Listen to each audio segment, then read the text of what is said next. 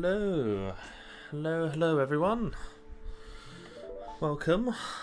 It is me, it is your boy, it is the big boy Scruffnuff, and I need to remember which mode. It's 50? I think that's right. Cool. Don't... I hate that I can't go in to, like, what do you call it, mode? 6 Hertz. Yes, it's perfect timing. Thank you, Joe. So yeah, welcome to a new Pokemon playthrough. Yeah, let me turn that number.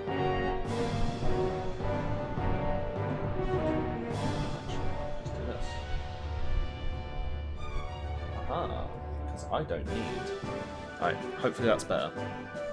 Tell me if it isn't. Tell me if it needs turning down some more, and I'll fix it. So yeah. See if I can just... Okay, I can't get this music off my ears. Okay, 2 seconds.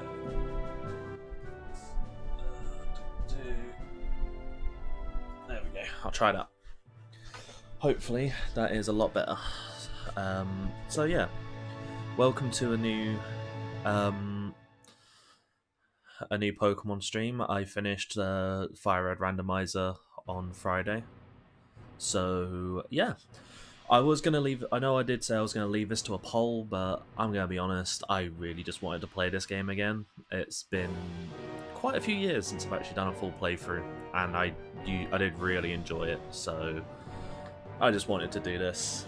So yeah, this is just vanilla. I'm not like doing any kind of... I'm not messing around with any kind of special randomizer settings, although I have thought about looking into ways to randomize the GameCube Pokemon games. So I'm going to be honest, I'm going to be skipping most of the dialogue. Maybe, probably.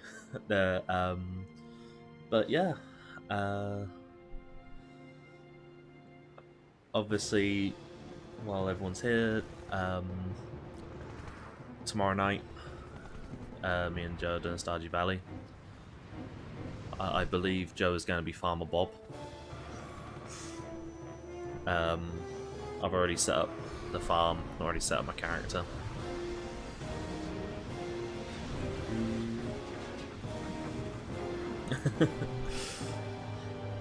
I can always remake the farm and call it Bob, Joe. If that's what you really want.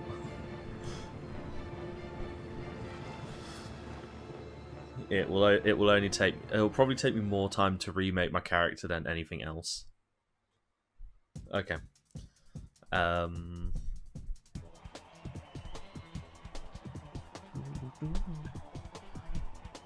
I forgot how much of a banger that this game's soundtrack was. So yeah. Oh god, I got the delay. So got the headphones in right now. Haven't taken them out. Thank you all for the hosts, everyone.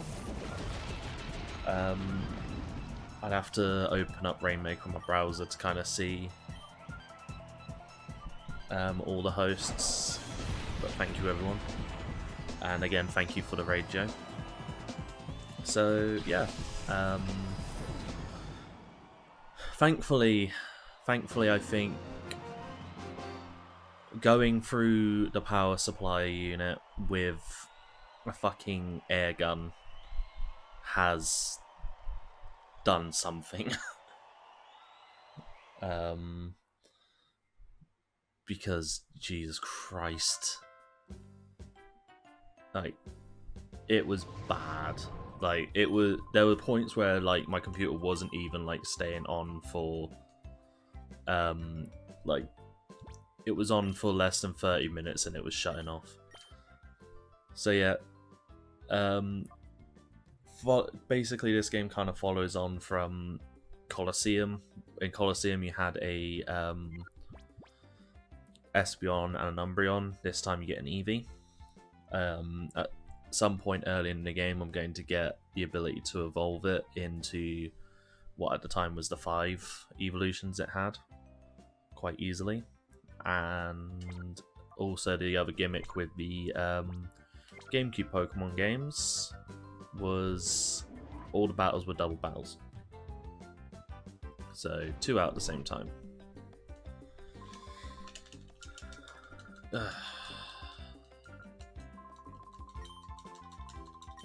I forgot how quickly I can skip through the text on this.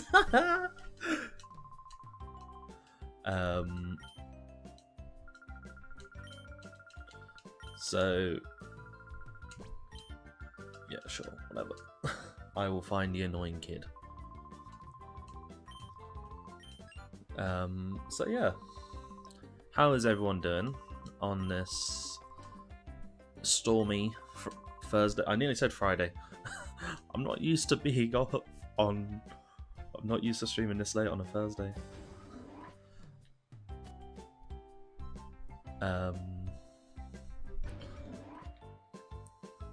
Yeah, diddly-do.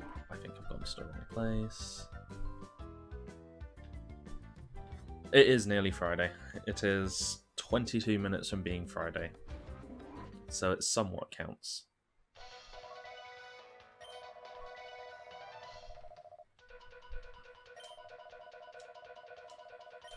Actually, I'm gonna. So if anything happens over the headphones, I'm not gonna be able to hear it.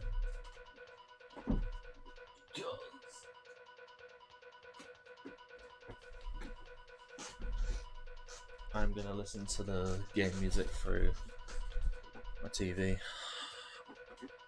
instead, so that I can actually hear it as it happens. It's not so important here, it's just more distracting than anything. But yes, it is nearly Friday.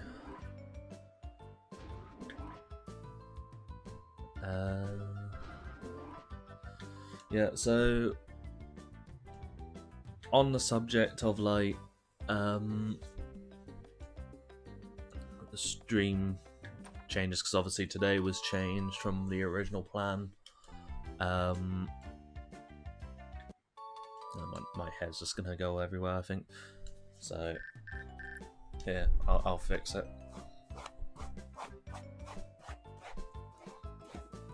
There we go. Fly free hair. Okay. There we go. Yay. So yeah, there is going to be a few changes in the coming weeks. So for one, I am off. I'm basically on my contracted days, so I might try and squeeze a few extra streams for the next couple of weeks, and I'm off from the 12th, and I shouldn't be back in until the 22nd, I want to say. Maths isn't my strong point. I can't be bothered to look at the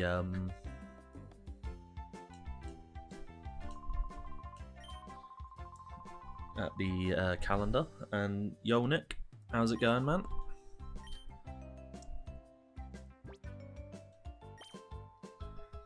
But basically, and I know I'm being quite in advance here. I'm being like 2 weeks in advance on nearly like 2.5 weeks in advance on this. But the 14th is a Monday, and basically that's my mum's birthday.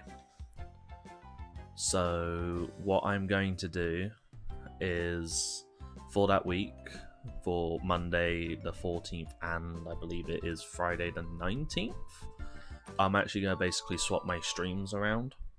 So I'll do an evening stream on Monday the 14th, so I'll probably do Pokemon on that day, or whatever I'm streaming in the evenings at that point. And I will do my regular Monday stream, whatever it's going to be at that point, on the Friday. Because I don't want to, you know, get to like 7:30 and on my mum's birthday and be like, well, I'm gonna go stream and like leave her to it. I'd like to spend time with mother for my birthday, so that's why I'll do a night stream. That way I don't have to worry about it.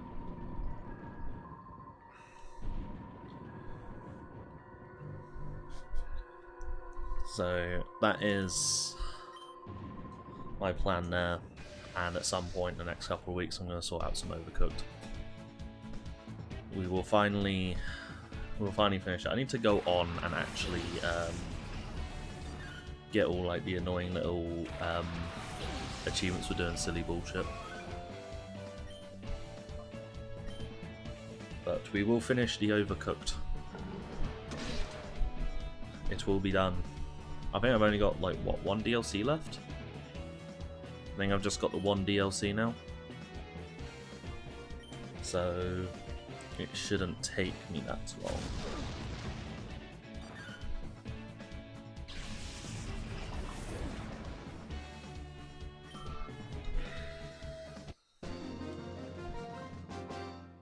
Also, Joe, I'll upload the Super Mario Galaxy mod tonight, and hopefully this time nothing happens. Hopefully this time my PC finally lets me upload it. I would have had it up way sooner, but yeah. It's been the worst. It has been the worst. It's just genuinely been frustrating. Okay, 2 secs. You might hear this.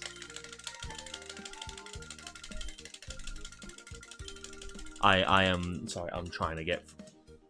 That character annoys me. There we go. 2 secs.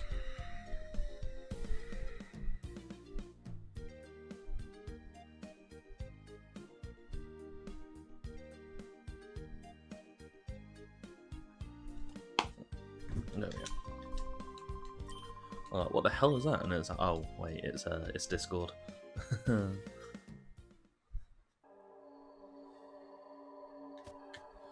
oh, shit. Also, I want to do as well.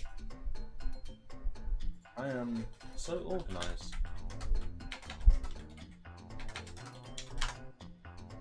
I am very incredibly organised. Also, look, my hair flops about.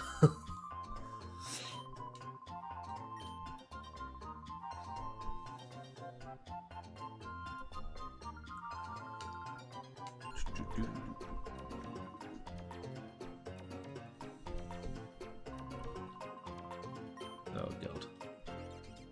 Oh god, VCR. We're talking out with... Okay, I'll read this. The unhealthy sandals. The insole is studded with lumpy nubs that fail to stimulate every pressure point in a fabulous way. Keep wearing these and chopping will guarantee that painful feet and chronic worsening of your health. Yeah.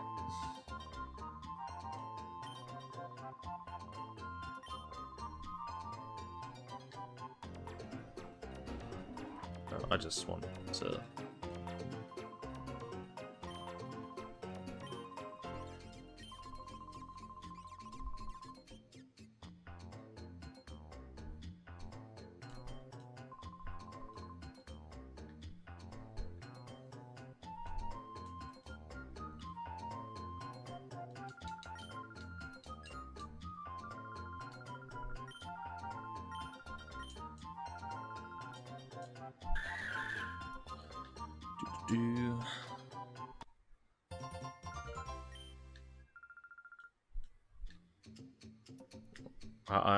I'm so good at just reading conversations in Pokemon games.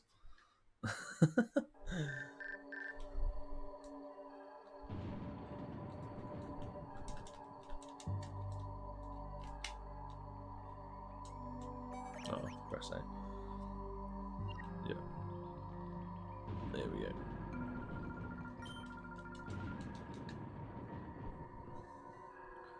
Alright, huzzah.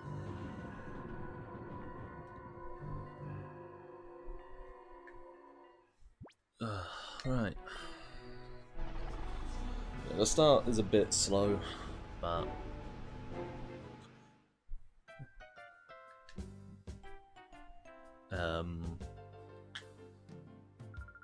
I think the interesting thing with this game is that it doesn't like you get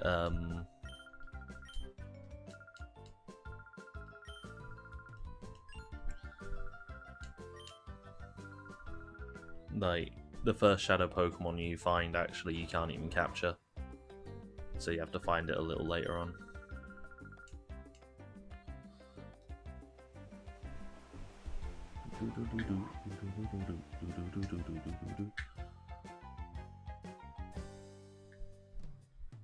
Okay.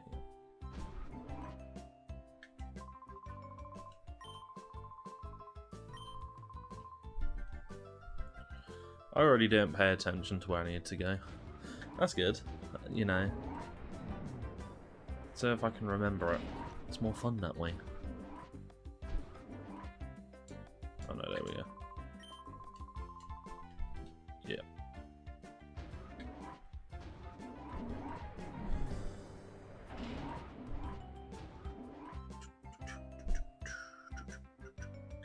Ta-da!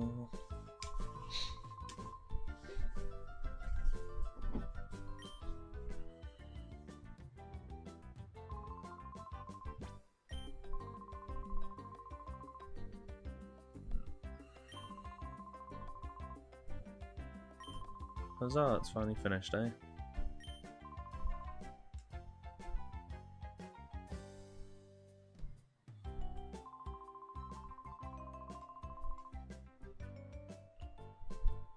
Yes, just like the last game.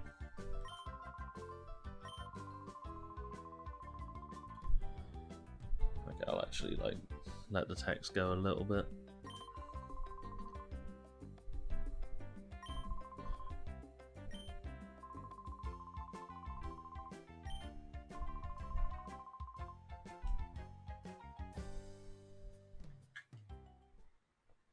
Now I get a cool arm.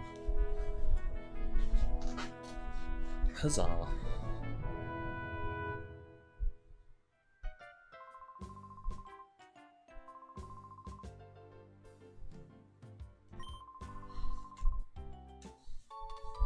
See, this is like the one thing that like makes me laugh, is that you get it before you even get like shadow Pokemon.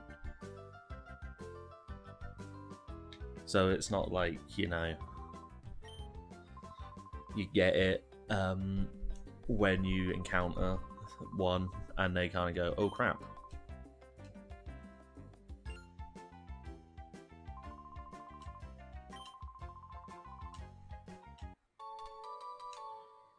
Instead it's just, here, have this. It's dangerous to go alone, take this.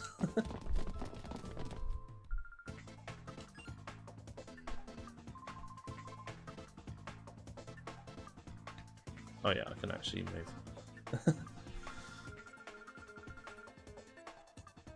Oh no!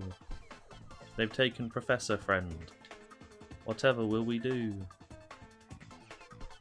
Damn, they knocked everyone out. How's new chair? Yeah, it's good.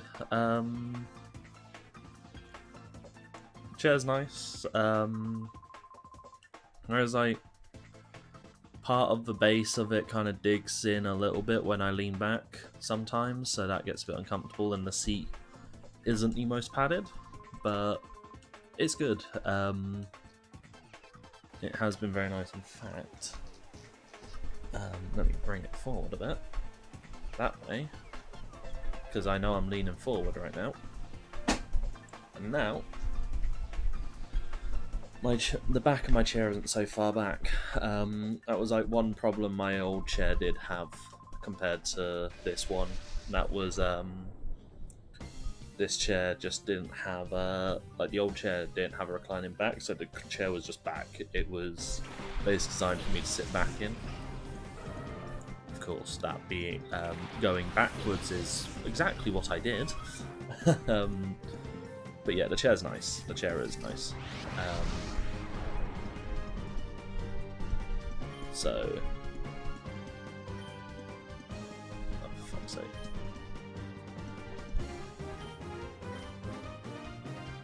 I like how it tells me to do this. Where it's just like, do you realise how low percentage this would be?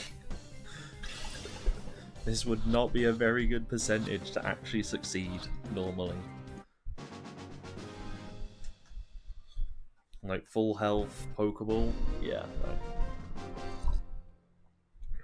But yeah, the chair's good. The one thing that's like I'm kind of trying to get used to is because the back is just mesh. When I have my fan on, it does go through the back. So half the time I'm like, oh shit, it's a bit cold in here.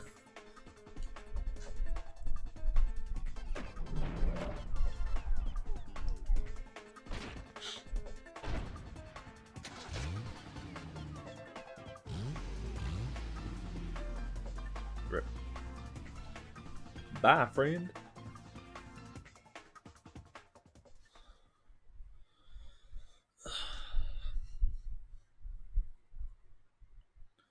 Oh no, the professor person has gone. Whatever will we do?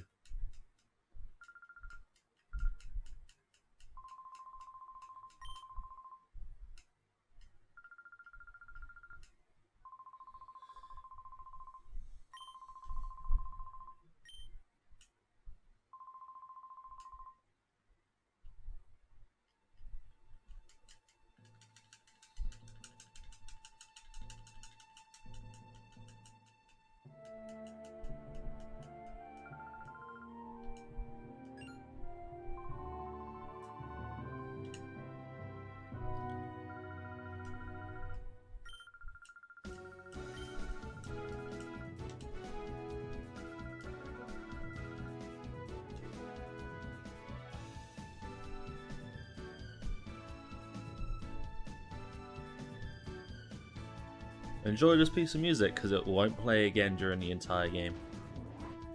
I'm dead serious. I think it plays once during the entire game.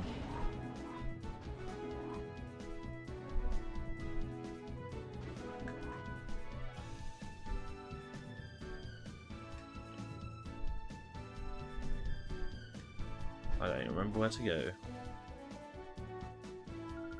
Okay, yeah, I did go the right way.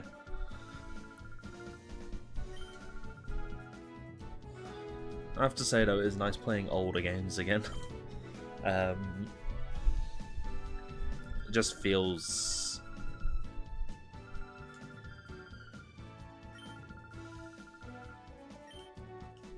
yeah, it feels nice to play old games again. Feel more at home with it.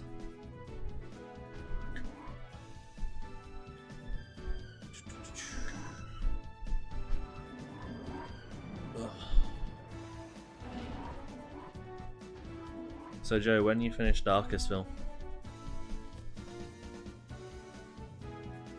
Because the good thing is, I will be able to watch your Thursday streams for next few weeks. When you finish in Darkestville Castle, because I'm actually going to be around on Thursdays now. Oh, nice, awesome. Let's see it then.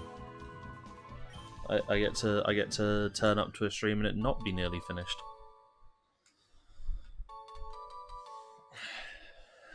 Yeah, I'm glad LJ's back on like doing rotas.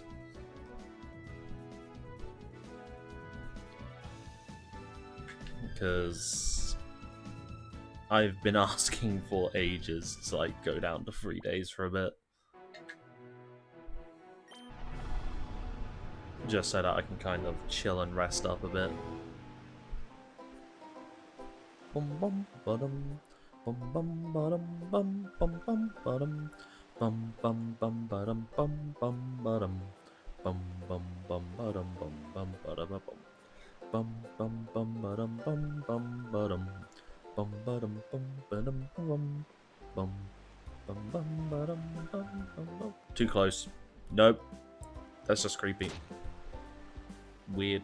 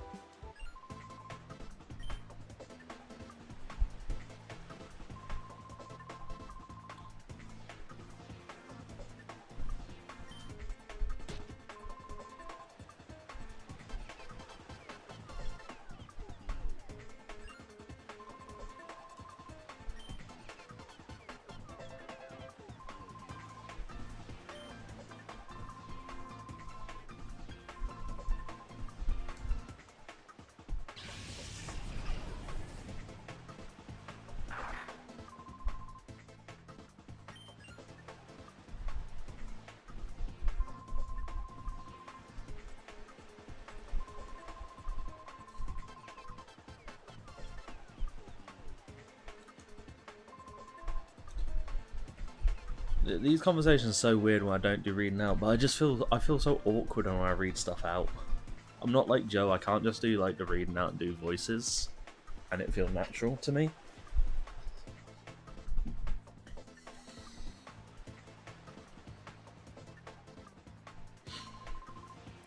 It just genuinely doesn't feel, it just feels unnatural. I feel awkward doing it.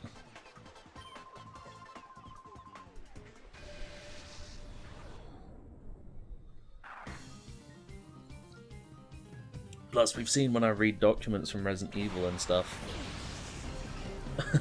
I flub lines all the time.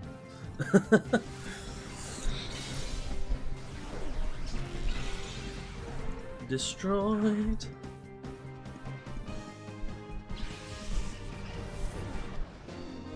Yeah, as I said, this game's got a slow start. If there's one criticism I do have for this game over Colosseum, because it's essentially this game's a sequel. Yeah, I do prefer the start of Colosseum. It feels a little less hand-holdy.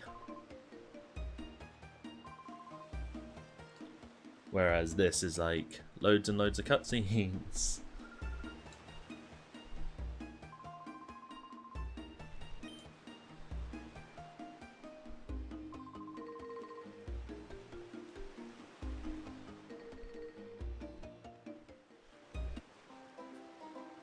Back to the good music. Do do do do do do do do do do do do do do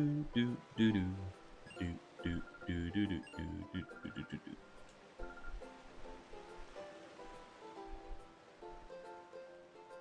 I'm not playing Sun and Moon with these cuts. Sorry, I couldn't resist. I could not resist. It's like you can kind of see where they wanted to go, like down the path of like, I can't go anywhere without someone fucking talking to me.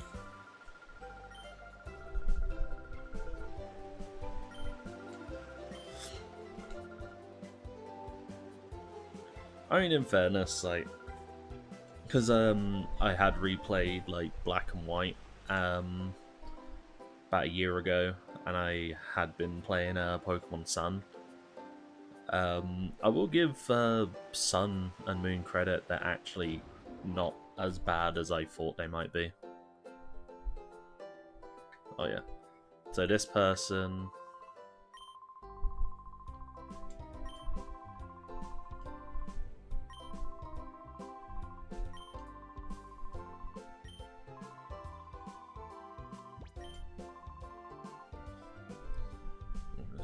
All this world sees as a navigator. Our world is huge, and this huge world is filled with an incredible fusion of Pokémon. Of all the Pokémon in our world, the one that I found to be the most interesting is Eevee. Well, that's a surprise. I have one. Now, Eevee is a unique Pokémon that can evolve into 5 different kinds of Pokémon you see. While Zelda studied Eevee quite exhaustively. As a result, I obtained 5 items that are the keys to Eevee's evolution. What a fortuitous coincidence. This must have been meant to happen. So I get to choose one of these.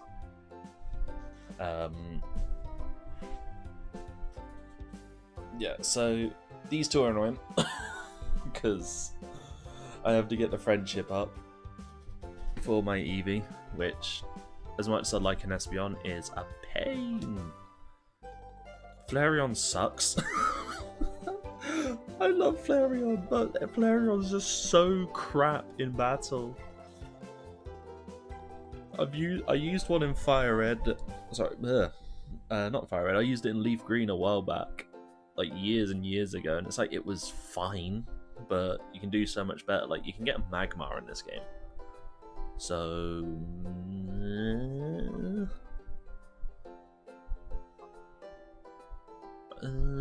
I'm kind of struggling to choose. You know what? Maybe I'll go with. I will go with Espeon.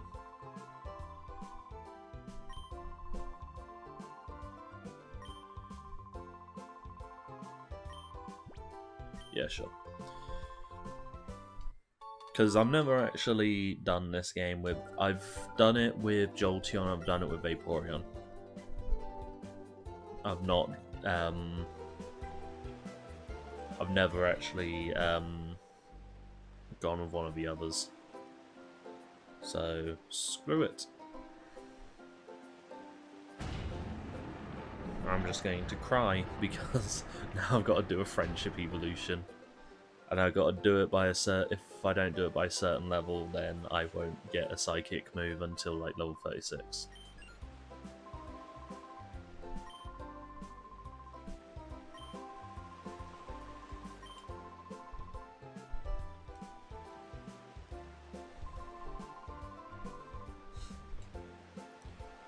Do do do do do do do do do do do.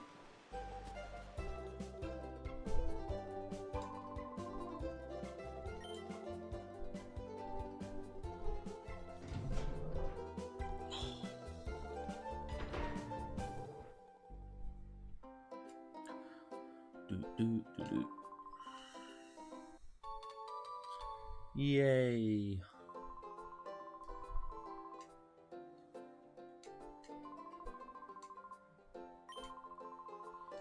Delightful.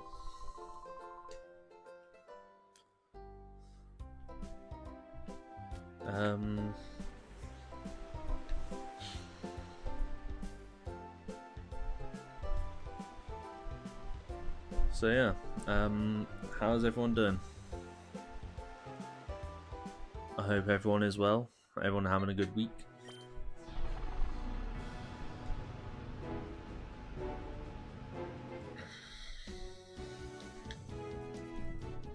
Not this music's still going.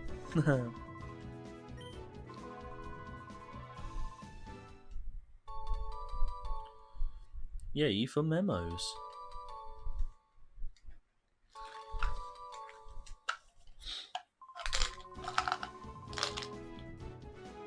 No, I don't want all those mints.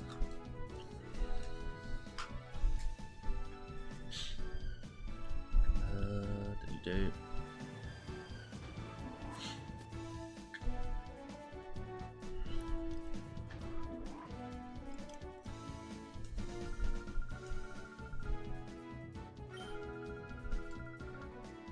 Oh wait, no, wrong people.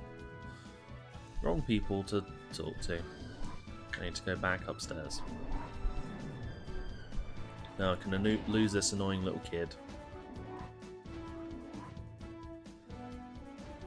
And the game starts opening up.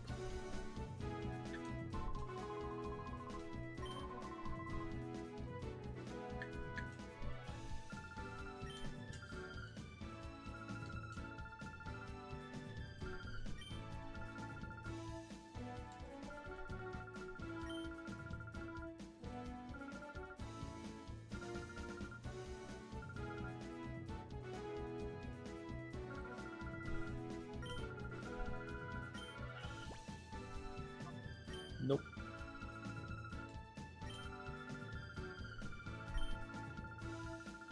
Yeah, the one... Oh, because obviously this is going over... So I'll explain it for the people that maybe haven't... Even like the people who played Pokemon games and maybe not so familiar with this. Yeah, I'll do that. I wasn't reading at all.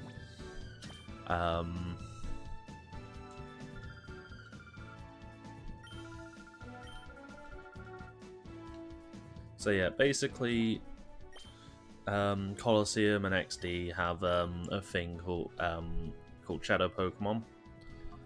The in-universe explanation is the doors to their hearts are artificially closed. You know, anime bollocks. So it was something that was expanded in this game. So in the original, in Colosseum, they basically just had one move called Shadow Rush, which was essentially typeless and dealt recoil damage, but they actually like expanded shadow moves, so you now have this. You now have like different moves. Thank you for the follow, Stephen Wood, 261282. Welcome to the stream, friend. So yeah, this was something that I did really enjoy about this game, is the fact that they did expand shadow moves. So what they did is that shadow moves are super effective on non-shadow Pokemon, but not very effective against other shadow Pokemon. And basically, if I remember correctly, this Pokemon won't have any of its regular moves until I get the heart gauge down. But once that heart gauge is empty, so once all the purple is gone, there's going to be a point soon where I can take these Pokemon to an area to be purified, where they'll just become regular Pokemon. They'll have normal moves again instead of like special moves. And the thing is, like, in case it sounded like shadow Pokemon are universally better, Pokemon don't earn experience. Don't gain experience while being shadow Pokemon. So they can't evolve. They can't go up in level, which means their stats are stuck as they are. So basically, they're good to a point, but after a while you really want to, you know, lose the shadowy goodness. And one thing like these games did is that they basically gave the shadow Pokemon kind of special moves that they weren't getting in other games. Most of them weren't great, but some of them led to kind of unique uses. That's kind of cool. So certain Pokemon got a move called Heal Bell. So you, in like competitive Pokemon battling, you actually did get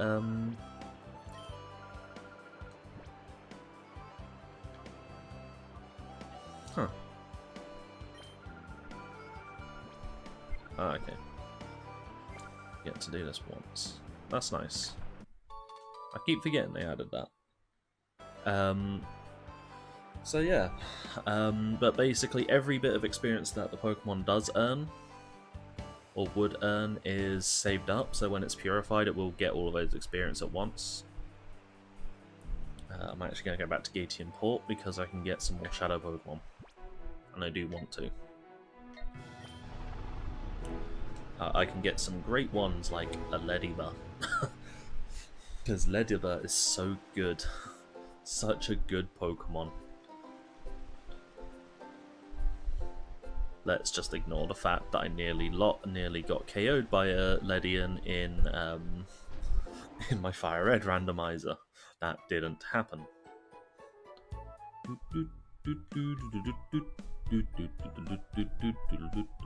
Okay, I think the shop is upstairs. Think being the operative word? No. No. Trying to remember where the shop is. I am smart. I am so smart. There. Oh yeah, that helps, Ross. Go to the place that's clearly marked shop. Yeah, no, same dude.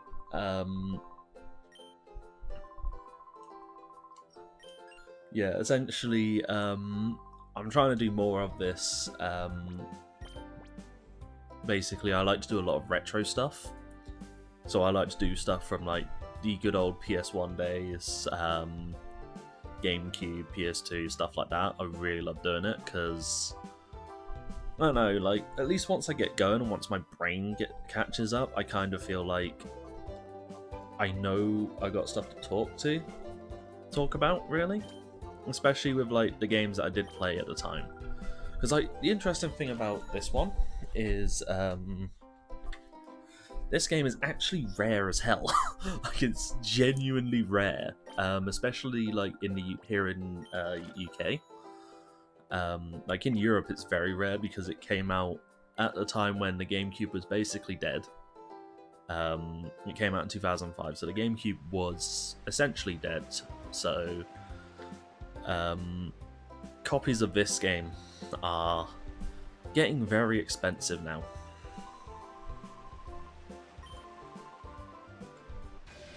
It is getting quite expensive. Last I checked, On eBay, it will, like, on average on eBay, it'll set you back £70 to £80 for a used copy of this game. It is actually my most valuable game that I own. Just in general, like my two most. It's actually funny because both of my two most valuable games are actually GameCube games. I'll get the other one. My other one, I believe Joe might recognize it. Let's see if. Okay, yeah, kinda see it. Paper Mario: The Thousand Year Door. That is another very expensive game. This, like, I got this back in 2012. It cost me 40 quid to get this. Or more importantly, it cost my grandmother 40 quid because she got it for me for Christmas. God rest her soul. Yeah, 40 quid. It now goes for like 70 quid.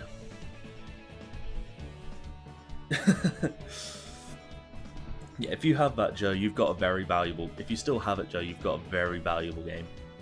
You can get like 70, 80 quid for it. If you sold it on eBay. Wrong channel, Steve.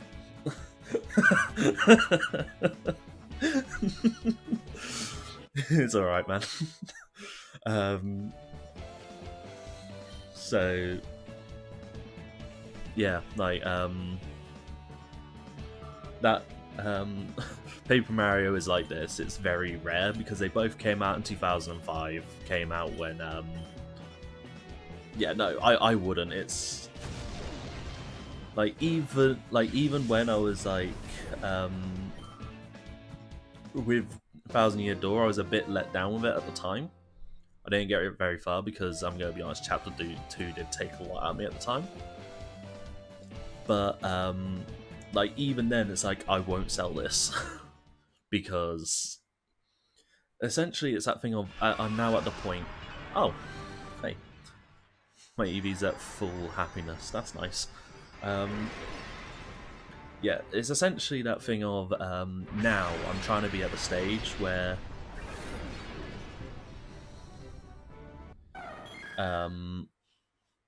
essentially the way I see it now is that shelf and, well, a lot of the stuff on my shelves I kind of see it as a bit like a museum. I kind of like, it's that thing of like that feeling that I've got history in my hands or on my shelves. And it's just like I had to sell games. I had to trade in games to get new ones. So I don't want to do that now. It's like I'm now at the point where it's like I can afford to buy new games because I just work for it. Or very generous people donate. So basically, like, I can just do that now. I don't have to worry about, you know, trading stuff in to get it.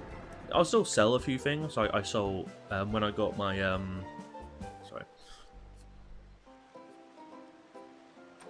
when I got my new 3DS XL, which is this thing. It's huge. Yeah, when I got that, not long afterwards, I did sell my original 3DS. Because I was just like, well, I'm not using it. I'm not really going to need two 3DSs, and even if I do, my brother's got one, so I can just borrow that. And I was like, I could kind of do with 50 quid. So I did. I was just like, alright, I'll just sell it. Why not? But it was, but I wouldn't have sold it if, like, you know, I didn't have my 3DS XL, essentially. Especially as, like, certain things that, you know, I'd like to do to customize. a 3DS. Essentially, I can do that better on a 3DS XL.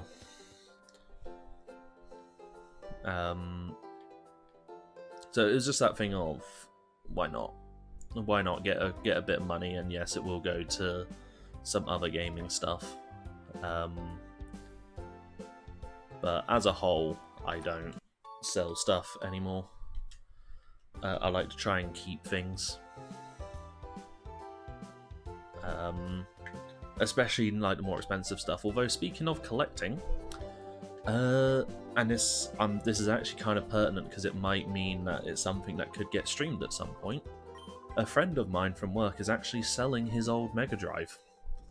And I basically was like, yo, CEX are going to rip you off for that. Like, they're not going to give you good money for it. And like you said, they were going to give him £21 for a Mega Drive 2 when they would sell it for £45. And basically that was my thing of going, you could put this on eBay and get £35, £40. And like, what was the games he said? Because he did like, because he's given me a list of the games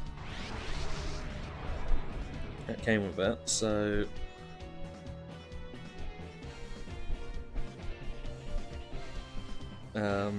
it has Sonic 1, 2 and 3, Sonic Spinball, Aladdin, Castle of Illusion, Zool, Looney Tunes and Psycho Pinball.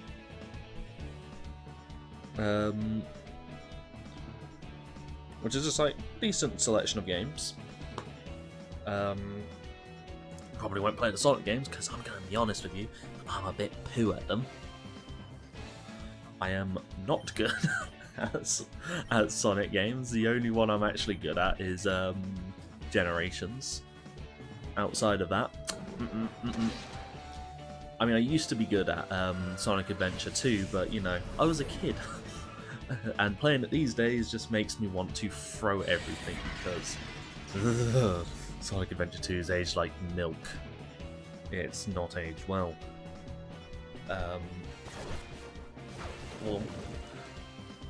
So yeah, I'm basically gonna look at getting that from him, and even if, like, you know, I never stream it or anything, it's that thing of I want to own it because it's not a console. It's a console from my childhood, but it's not like massively like part of my childhood. It's like it was there. I think we did have one, and I remember playing on one years and years, like literally when I was like fucking 7 or 8. So it's been one of those things of, if I can afford it, if it's not going to be too much of a hassle, I will get one, because I'd love to have one. But, so basically, I'm gonna make my friend an offer, because basically my thing was, like, don't get ripped off for it. It's like, I know I could probably just go like, hey, I'll give you 40 quid, that's better than what CEX give you. But I don't want to do that. I actually want him to get a decently fair price for it, if he's going to get rid of it. And I'd love to have it in my collection. I love having my old systems. I need to get more N64 games, because I brought one, we got me one like ages ago, like when I was like 13 or 14. I've not actually brought a new one since. I've just kind of left it. This new Sonic Mania game from a couple of years was really good, I thought. I have every intention of playing Sonic Mania, but I want to play it when I get a Switch. Essentially, I don't want to deal with achievements for it. and I think I would enjoy it more. I would enjoy the experience more for it on a Switch than on Xbox. So that's why I'm gonna wait until I get it. And again, it's achievements. I don't really want to deal with achievements for that game. There's certain games that I just kind of go to when it comes to achievements. Like Stardew Valley was so much nicer.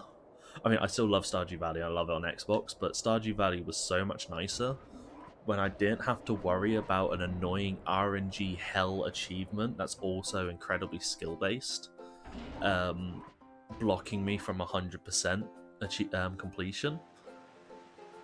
It's like getting all the relics and all that, like completing the museum collection, pain, absolute pain to do, but I did do it, and that's amazing. Like, I love the fact that I've done that. Nope, it's not the fish. It is the Journey of the Prairie King arcade game, Joe. So that is RNG. To be honest with the fish, I can help you because I think me catching fish. No, I can't remember if me catching fish does count towards your record in co-op. But one thing co-op's actually going to really help us with is the achievements for gold earned. That's going to really help out. Because I remember, like, when I was playing with my friends, like, we'd earned like millions. Like millions, I didn't much that. Do I hate Minecraft? I am neutral on Minecraft, I'll be honest. I played it after Terraria, and I played Terraria on PC. So I have a preference towards Terraria personally, but I don't dislike Minecraft. It's a thing of, I like the building. I genuinely do like the building. It's fun. It's nice working on stuff. Although getting the stuff to build is a pain. Like, it's a game that I would rather play on creative mode. But then, like, if I play on creative mode, half the time I can't get achievements and stuff, so I'd have to basically be like, this is a creative mode world, nothing else, because am I F going to the bottom of the world to get some kind of block that I need to get this thing that looks really cool? I just want to make stuff. Although there is a fun to basically getting stuff together and making things.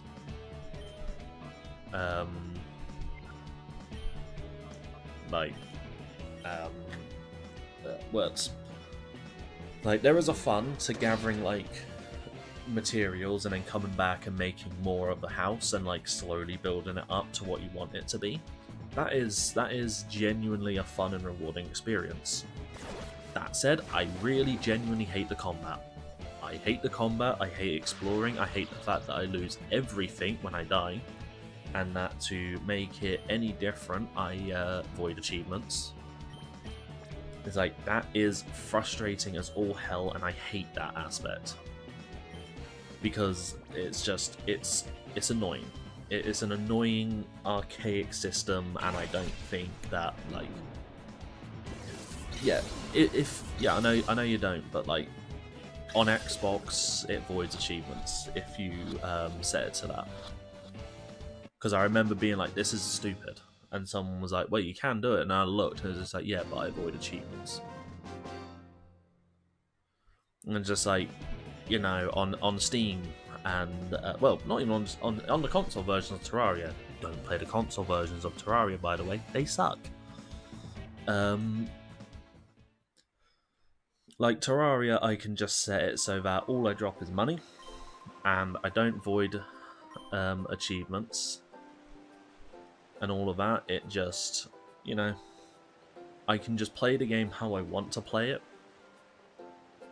and still get achievements, because trying to get achievements in Terraria is annoying anyway. So I don't like how Minecraft does it.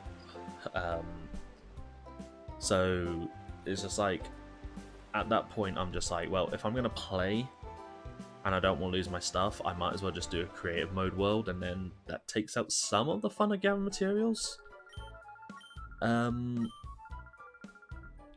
But, you know, it's a thing of, I get the appeal of Minecraft, but it's just like, the combat's bad.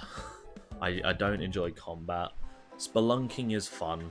Like, it's fun with friends, like, go around and then suddenly you just have the thing of, oh sugar, there's lava. There's a fun to it. Just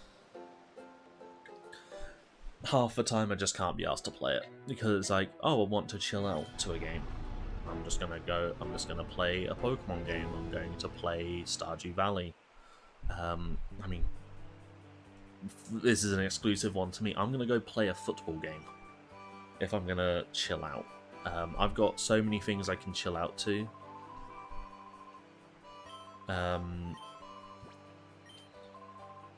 So it's that thing of, Minecraft's good, but it's not fully my cup of tea. And I don't like the Better Together version, I think it's called. The one, because I had the Xbox One edition, I got it with my Xbox One S. And like, I played the Better Together edition. It's like, yeah, there's more stuff in it, so there's like more cool stuff. But this stuff is also, like, for one thing that really annoys me is, even if I play on my own, no pause function. Oh, that's great. It genuinely rubs me the wrong way when I play a game on my own and I can't pause. Like, it will always annoy me, guaranteed. It was something that I railed on Dark Souls for years for. Even with people going, oh, do this. It's like, you can just, like, with Dark Souls, just like, you can save and quit and it's fine. It's like, yes, I can. But I have to, you know, press a button, go to the tab on the menu, then press, like, fucking D-pad. So I basically have to go, start, D-pad over to the right, like 4 times, then down like 3 more times to hit save and quit, and I have to press A to say that I want to do it, to then get booted to the main menu, so that then I can answer the phone, go to the toilet, answer my door, go talk to my family because they're calling me. You know, it's like, if I'm playing online with friends, I get it. I understand that I'm not going to have a pause functionality, I've just got to box myself in and pray. But if I'm on my own, let me pause a fucking game. I don't want to have to fear death. No, it's an old pet peeve. It's always effed me off. It has always just got on my titties. And Minecraft does it, so it's just like, argh. So yeah, you're not the only one, and your chill game is right.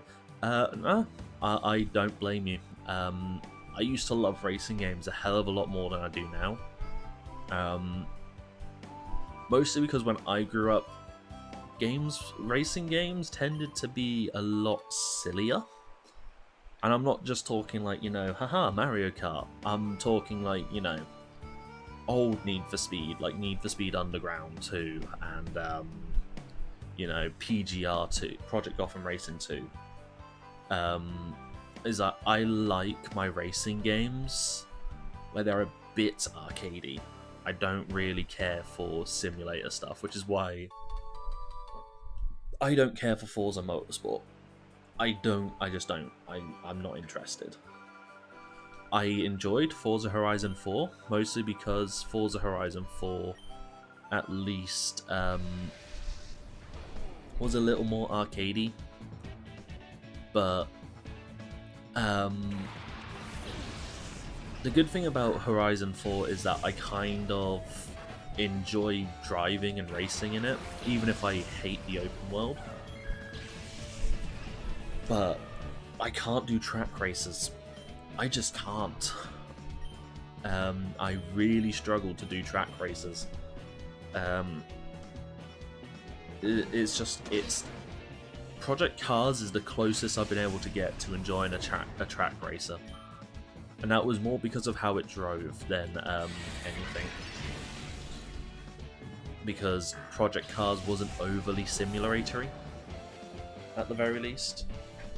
So there's that. Yeah, I can't. I prefer street racing. It's like It's why it's. My favorite races in Forza Horizon 4 is actually the street racing stuff and the sprints and all that. I just love, like, you know, especially with like how Project Gotham Racing did it, where it's like, here is a photorealistic city. So this is an actual area of London, and you get to race around it. Yes, good English, Ross. Very good English. Wonderful, lovely stuff. Give me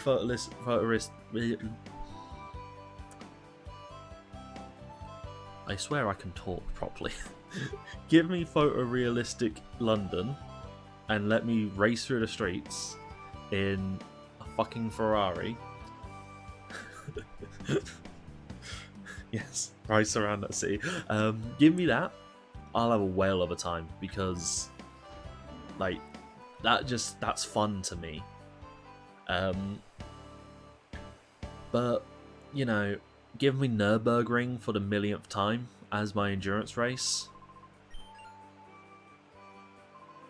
I'm just going to stare at you blankly and go, this was fun the first time. It's not so fun. So that's the thing, it's like PGR kind of got the right blend of street racing and some track races for me. So that was nice. I've definitely enjoyed racing games a hell of a lot less since Bizarre went down.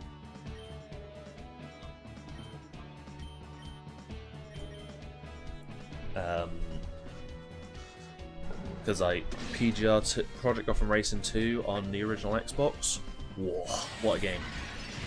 Need for Speed Underground 2, mate, that game is my childhood.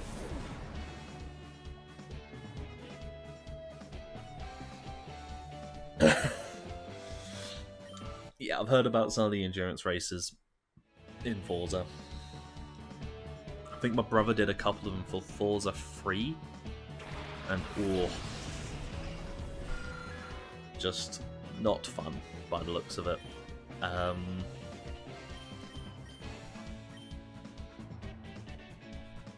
But yeah, like Underground 2 was kind of like the peak for me. It was like, if you ask me my favourite, it would be Underground 2. If you ask me what I enjoyed the most, like in terms of, you know, just gameplay, it would be PGR 4. Because with Underground 2, the fun I had was, especially at the time I was playing it, I was in a residential school. So one thing that was super fun was basically, you know, getting cars, getting like the different neon underbits, with all like the fancy decals and the paint jobs and all that. And I love just making cars that looked cool and then driving around with them. I have not ever played Burnout Paradise. I played Burnout 3 Revenge back on the original Xbox, and that was one I played a lot of. And I have what is it's up there?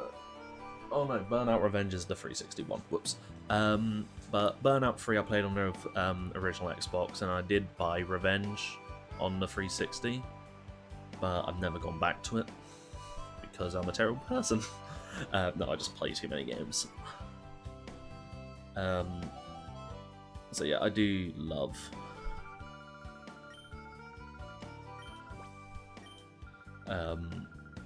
I did love Burnout back on the original Xbox, but that is the extent. I've never played Paradise. I think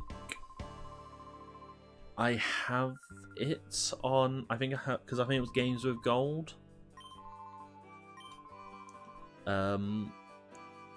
So I do have Burnout Paradise, but I've never really like touched it. Just because, yeah, these days I find it a little hard to play racing games.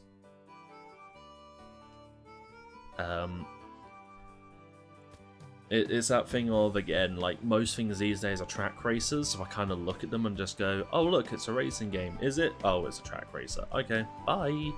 I'm out. Because the thing with track racers for me is just there's a lack of visual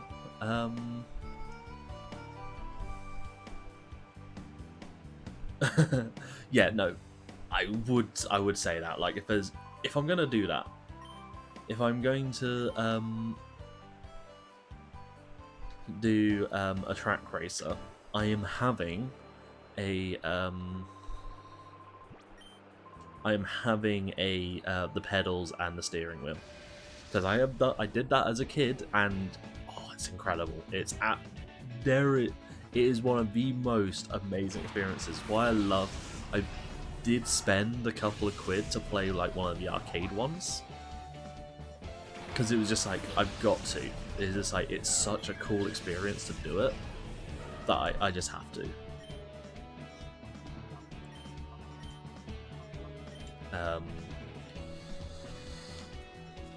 But yeah, otherwise it's just like, I only tried Forza Horizon 4 because like a bunch of people from the Discord were talking about playing it, and it was free with Game Pass. I was like, yeah, I'll give it a go. Why not? I do need to go back to it actually, because I was working on the DLC, so I got the DLC when it was 20 quid.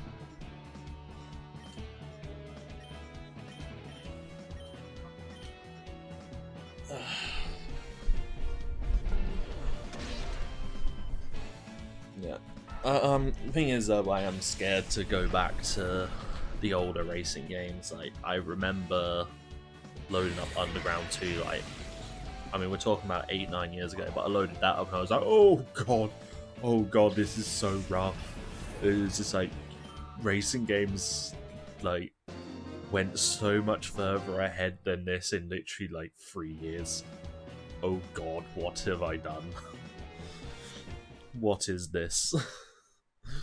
Wow, what a mansion. No, that's October, Ross. We're not quoting Resident Evil just yet.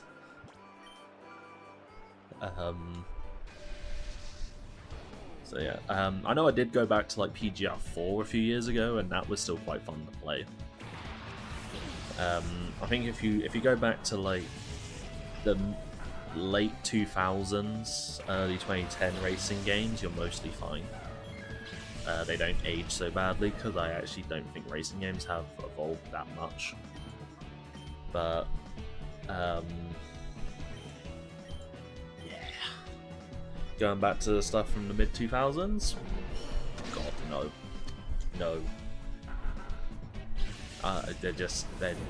They're not good anymore.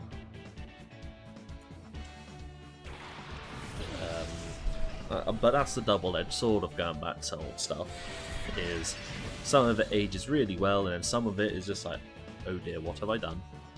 What have I done? I definitely didn't have that with Shadow Man. I definitely did not have that with Shadow Man at all. I wasn't regretting that one.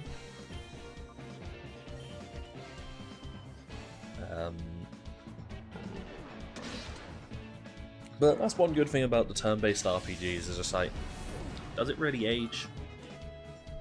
Only graphically. It's like the only thing that's aged with like this game, outside of the graphics really, and maybe some people would find the gimmicks a bit silly, is essentially, oh, the types decide what is physical and special instead of like, you know, specific moves. Yeah, exactly. It's just like, because like the thing is that I still can play the original 3 Resident Evil games on the PS1, I can still play them and I can have a good time. I still really genuinely enjoy them. But I also do look at them and go, holy fuck, we went far. Oh god, why has it gone dark?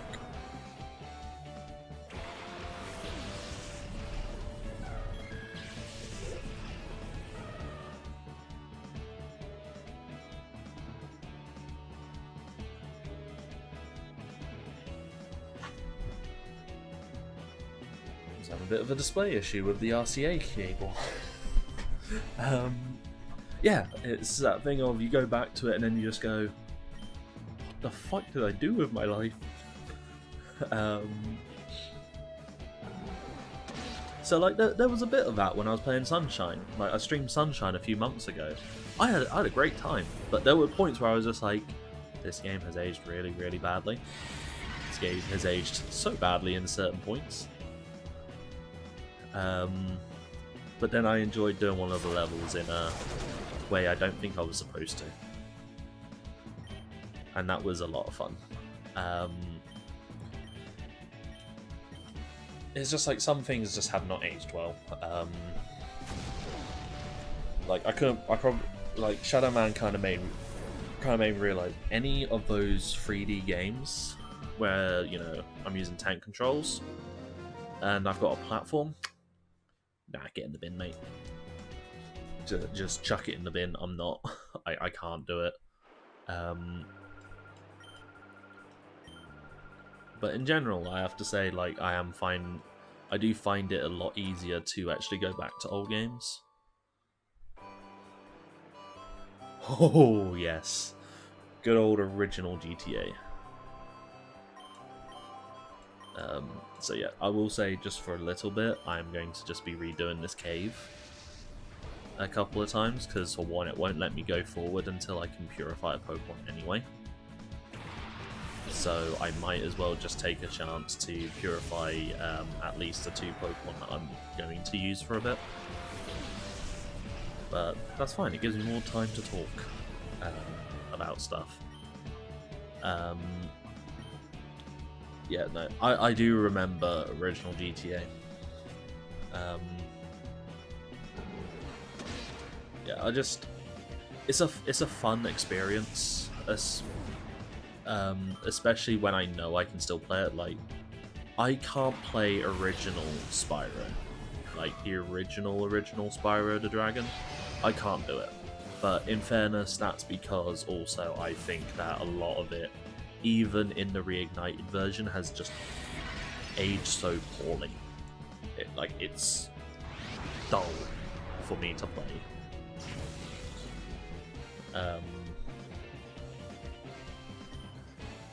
Compared to, you know, the sequels.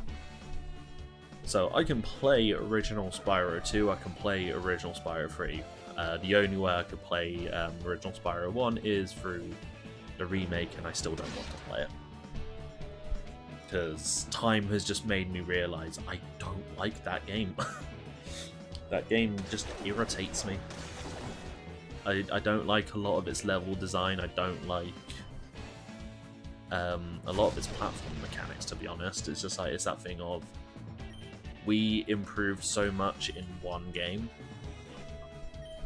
I'm good. Like, the entire time I was playing Reunited was funny, because at first I was like, this is a lot better. It's like, it's nice to play Spyro 1 where, you know, the controls aren't absolute dog shit. And then I was after like the first homeworld, I was like, okay, I'm done with this now. I'm genuinely done with this now. Can I be finished? Can I go to Spyro 2 already? Can I have some fun? That's something I do want to stream at some point. I do want to stream Reignited. Probably just Spyro 3, because I think they have at least gotten rid of some of the bugs. The plethora of bugs that was in that game. Yeah, watching Joe play it did kind of make me go, I want to reinstall this. It's like, I want to reinstall this. I want to play Spyro 3 again at some point, because it is one of my favourite games. And I did, like, despite like some of the flaws with Reignited, like I did really enjoy playing Spyro 3. Although that was when I had all the bugs, and I know Joe would have loved the bug I had with the thief. I know she would have absolutely loved that one, where the thief literally stopped running. They just stopped running, got stuck in place, so it was just the easiest egg in the world to get.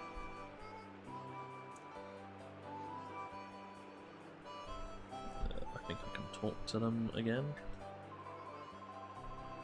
Yep.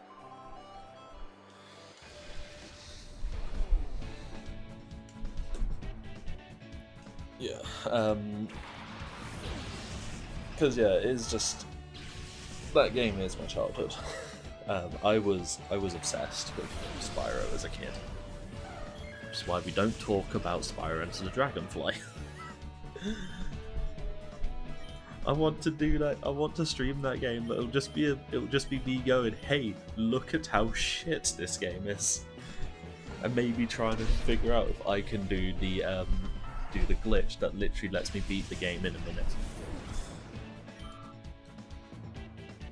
Because that's funny. That's just funny. Like, they straight up they coded the game so badly that you can literally clip through one point of the map and hit the portal that takes you to the final boss of the game, and then you can just beat the final boss and win. And like, it doesn't even seem that hard to do. Curse those thieves, Joe. How dare they not freeze in place like they did for me, eh? I was watching it and I was just like, "Go on, Joe, you can do it."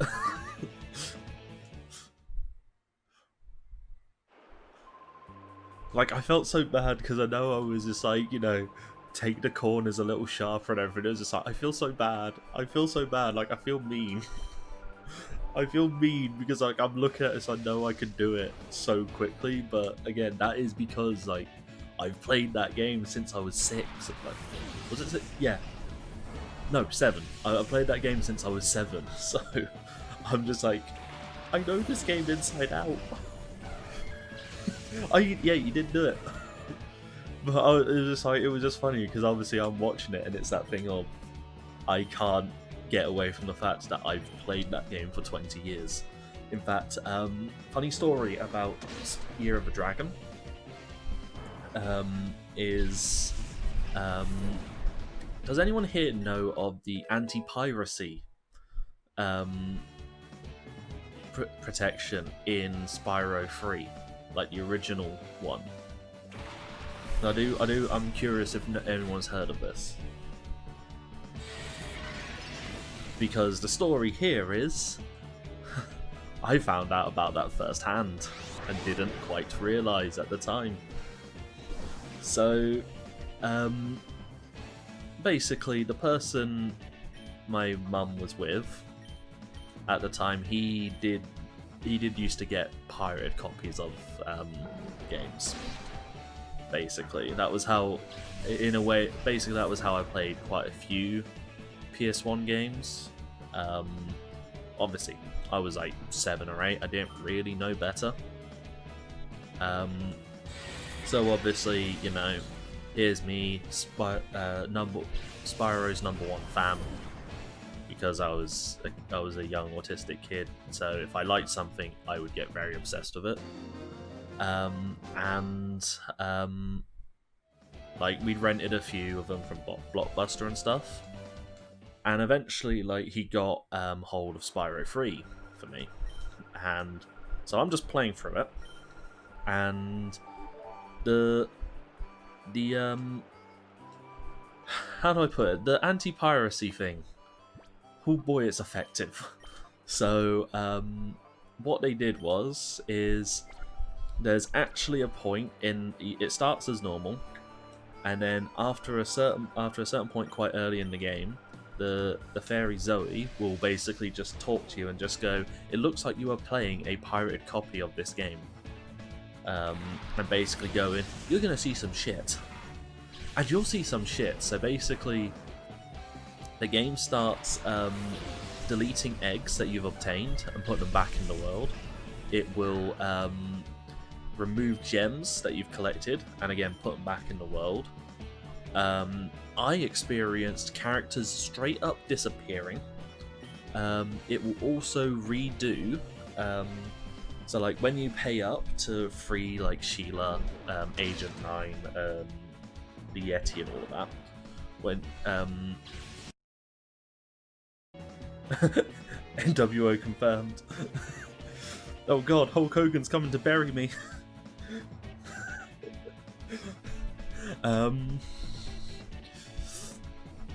C-O-N Spearsy?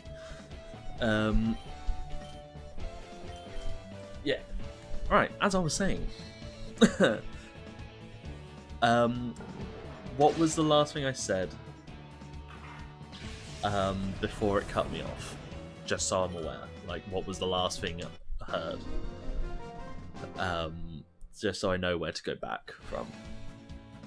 Because when I noticed it cut out, it was when I was talking about, like, going to levels and the companions being recaptured. Yeah, so, you know, you're losing your gems, you're losing your eggs, your companions are getting recaptured, you have to go back to Moneybags to free them from the cage and redo the levels. And the game gets more and more unstable. Essentially gets more and more unstable as it goes along, it seems like. Like, it happens more and more. Now, if you somehow manage to finally get enough eggs for the final fight with the Sorceress, you go through the Sorceress door, you get to see the Sorceress for a few seconds, and then it'll boot you out back to the start of the game with everything deleted.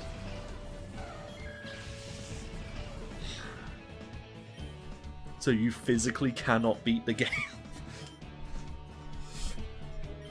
Now imagine a dumb 8-year-old who sucks at platformers and just, actually, I'm gonna be honest, sucks at games in general. Thanks for the rehosts. Yeah, like imagine, like, you know, being terrible at these games. Like at points I had to ask my brother to do some levels. And like I just didn't understand at the time, because at the time I didn't remember like the conversation. I just kind of played. So, you know, that game stressed me out. So, like, you know, I can't, you know, beat the game. So I eventually gave up. So that years later, when like a couple of years later, when I did manage to get a proper legit copy of the game, and I was playing it again. I was terrified of it happening to me again, because I thought at the time it was a bug, and then years later I like looked it up when you like was like browsing around, and then like found out it was a piracy protection. I think I found that out when I was looking into emulation and stuff, and I was just like, it all makes sense now. You geniuses. You've scarred me for life, but you absolute flipping geniuses. Oh, it genuinely, like, it just... The anxiety I played Spyro 3 with on a legit copy for the first time. Matches... I'd say it matches how it was when I was playing Layers of Fear. Joe remembers when I played Layers of Fear incredibly drunk.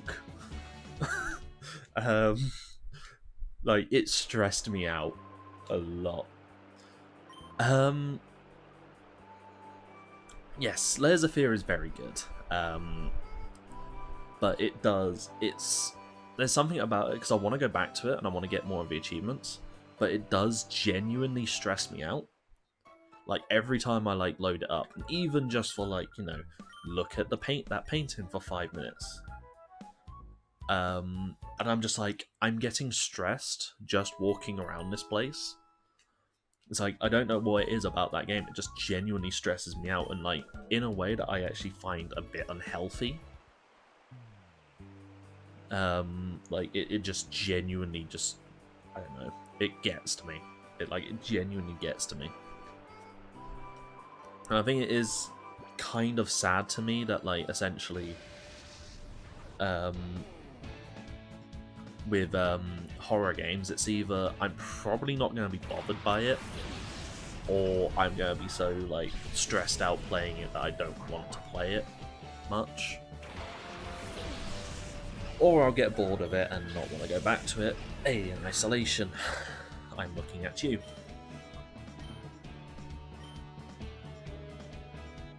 Who names their kid corpse? Hi, Yosh.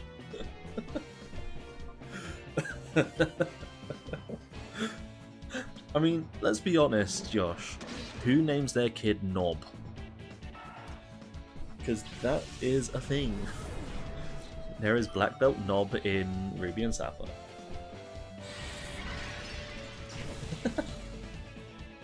Also, I haven't touched Layers of Fear 2, partially because, like, I think my best friend was like, Layers of Fear 2, gonna give it a go. I was like, hell fucking no. It was like, I had to be absolutely hammered to press on with the first game. Do I fuck want to play the second? Even if it isn't that scary. It's just like, no! Piss off! I'm not doing this. It didn't seem it. It just genuinely didn't seem it. Like, I looked at it and I was just a bit like, meh. I think it's that thing for me with Layers of Fear. The way I can put it is, for one, it's an empty house. It's an empty house. A lot of creaking, a lot of noises, and a lot of creepy shit. So it has that, like abandoned / ran down houses, like that do creep me out. So there's one thing in its book. 2, it's ghosts. So I do get a bit creeped out with ghosts. Hang on. Oh no, there's a ghost. Also, I still haven't changed the whiteboard. I'm sorry. I still haven't changed it. I will. I kind of got distracted by trying to fix my computer today. Otherwise I would have drawn something. I know you can't really see it anyway, unfortunately. Yes. Oh, speaking of, that achievement can go fuck itself.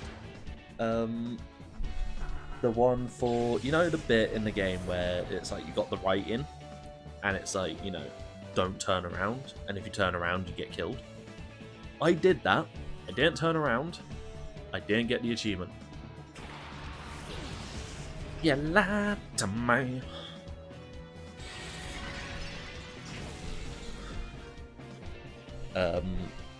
Bullshit. Yeah, I'm missing so many of that game's achievements, partially because I played the game, as I said, absolutely rat-assed. I played it absolutely hammered, and there was a point where I was just starting to get so anxious. Like, oh god. I'm gonna be honest, I can't remember much because I was absolutely fucked.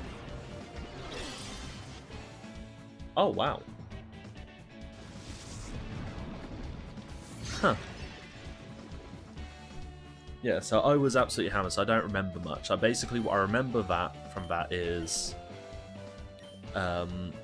Joe and Jesse were playing a game I can't even remember the name of. They were co-streaming, I gate crashed and streamed Layers of Fear because I was like, fuck it, I'm doing this, I'm getting through this shit. I'm Necroc, that's it, yeah. Was it Paul? Might have been Paul. I know I gate crashed a co-stream. I know I gate crashed and was just like, yeah, Happy New Year. I'm gonna stream this for the memes, and then proceeded to ruin your co-stream because I was just screaming. The one thing I remember like vividly is one point where I was basically half sobbing. I was so stressed out from the game that I was literally just like, please go away, please go away, please go away. That is the only thing like I can strongly remember. And then after that, I remember going on Fortnite and somehow winning twice when I legitimately could not see. Every time I was in a fight with someone, it was they weren't even a blur. They were like this shifting blur. And my aim was just weird. And somehow I managed to snipe someone. I managed to snipe someone from like 150 meters.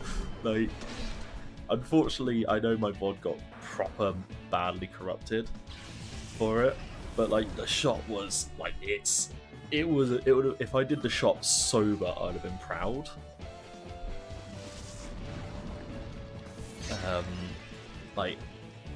It was a shot I'd have been proud of if I'd done it sober, and I did it absolutely hammered. It was just like, oh my god, I just sniped someone's head off. Yeah, no, like the game is stingy on achievements for the first run. I should go back to it at some point, but again, it's that stress thing. It's just like I don't want to be stressed out. Is that I don't want that level of stress when I play a game. And it's like, if I want that level of stress, I will get final few squads in a battle royale. I will get final round in Fall Guys when I'm half taking it seriously. Like, you know, I'll do those things. That will get me stressed out. Is this Poochin already? Yeah. Like, I'll do all of that, but I'm not gonna play a game that just makes me, like, you know, not want to play it, unfortunately. Look at this useless thing. You know what? Actually, I'm gonna keep it in the party, but first... Bzz. This is because my Pokemon is poisoned. Don't worry, the boring grinding will be over soon.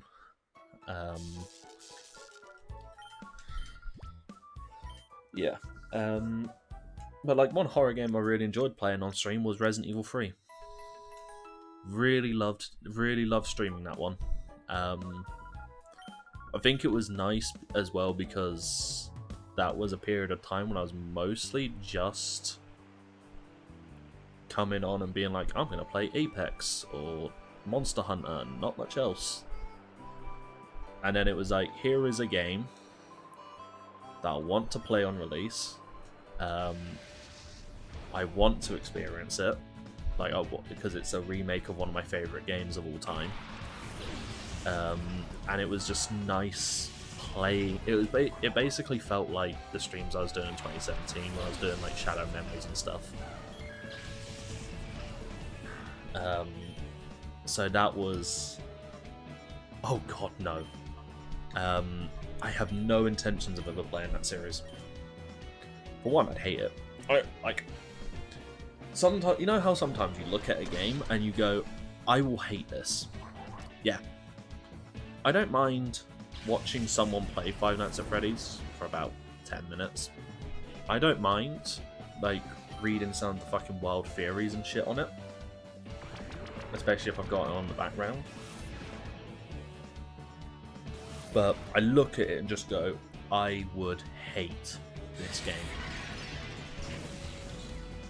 Like, I just look at it and I have contempt for its mechanics just watching it.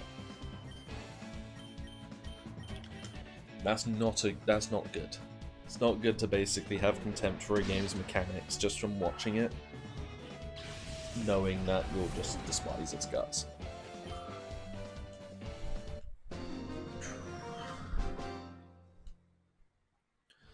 But yeah, maybe Eternal Darkness can win a vote, and then I can go back to that and finish it. Because unfortunately, I started playing that game about the time I started having my PC issues the first time. And I was struggling to stream off my computer.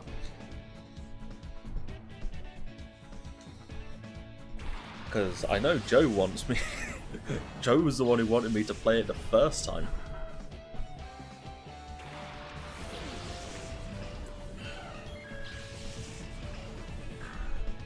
I think, to be honest, I think Joe just wants to see me scream.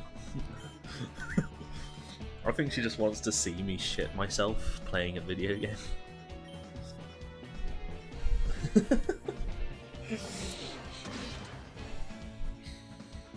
But that's partially why I'm gonna, like, for October I might try and do like a horror themed thing, like for October.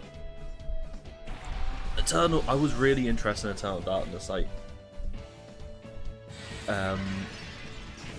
as I said, I think I did say it at the time when I streamed it, it's like I already knew about the bathtub scare, so it didn't really, like, you know, it didn't get me because it was like I knew about it. It's the kind of thing that would have shit me up if I hadn't known about it.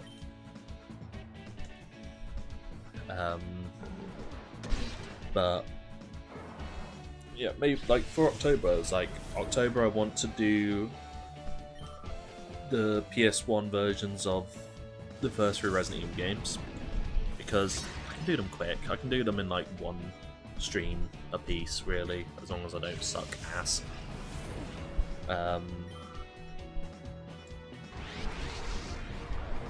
I can use it to like maybe do other horror games, so maybe we'll revisit Layers of Fear.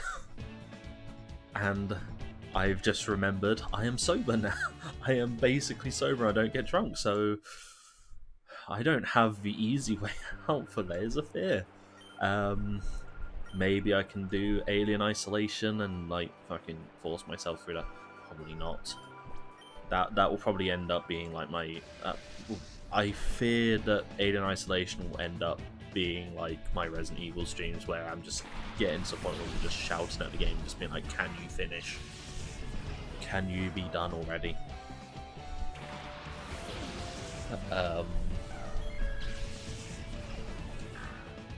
But I could, like, if it doesn't win votes by then, I can always just use that as a time to do Eternal Darkness. There's loads of options, thankfully.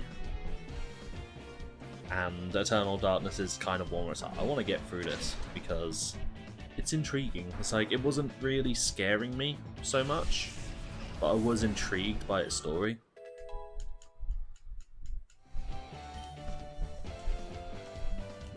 Yay, we learned a psychic move.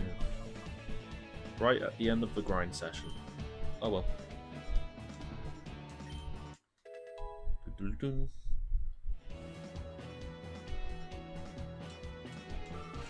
Alright. I think my Pucheno is almost ready to be purified. I think I only have to do one more battle after this. Yeah. I'll only have to do the one more battle. And then it can be purified, and then we can move on from this bit. Ladybird can like go fuck itself. It's getting dropped the moment I have a chance at a full team. Especially as we're going to get Sphere soon. And it's just like, oh, Sphere's so cute. It's so cute.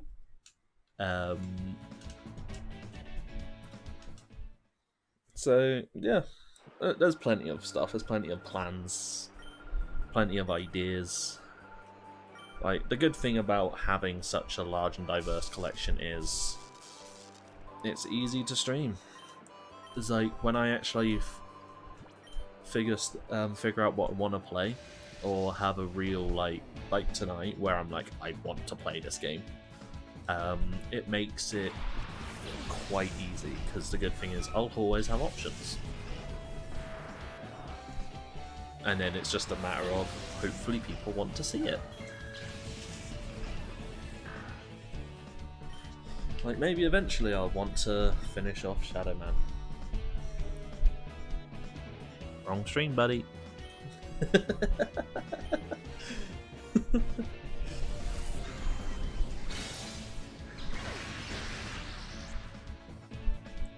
Don't worry, it amuses me.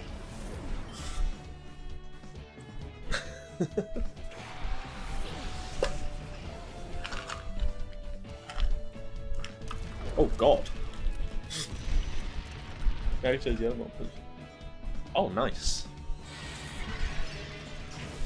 Oh, if we're talking about marbles, I still have my massive collection of marbles from my childhood.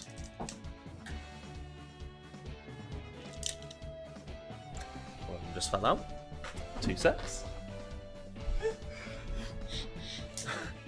Yeah, like no joke, no word lie. Most of these marbles I got when I was like 9 or 10.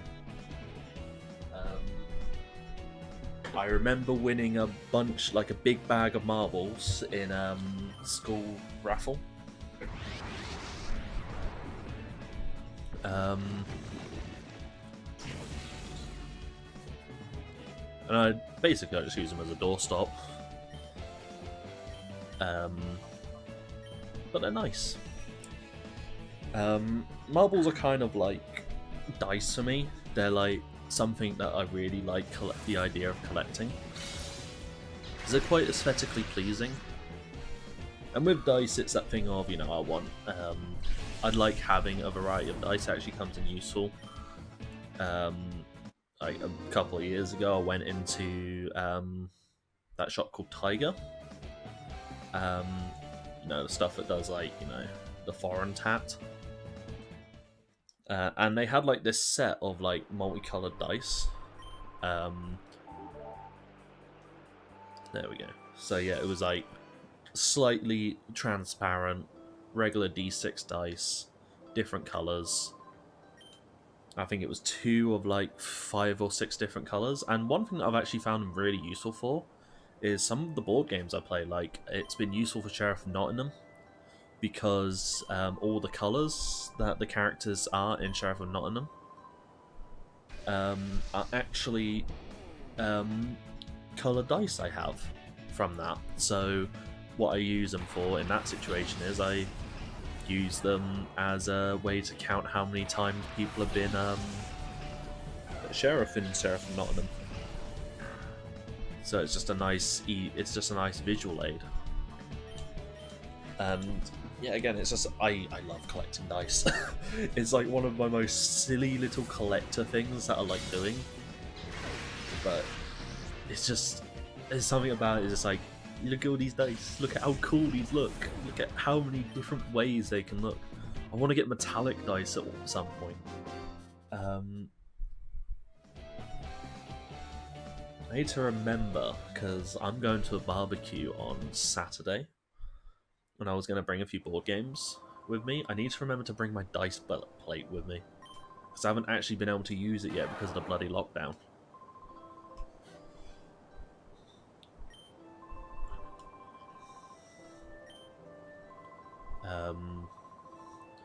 I can't wait to start getting hold of more board games. Genuinely excited. Because I love board games. I am so excited for the time I finally get myself a good computer. Because Joe remembers me saying this. We need to do some board game evenings on stream. We need it. Because it will be so much fun. Because I know Joe's got quite a few board games she knows and has played, and would be able to get, like, there's workshop mods for him, and I've got a bunch as well.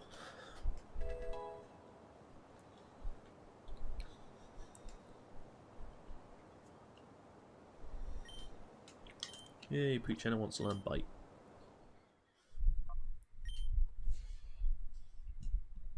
Board games are great.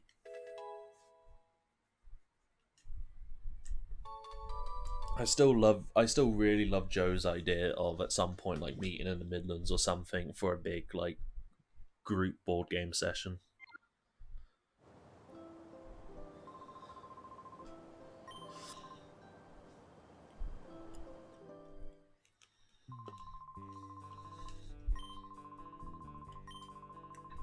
Also, Joe, if you're still here, I think I talked about this board game a while back.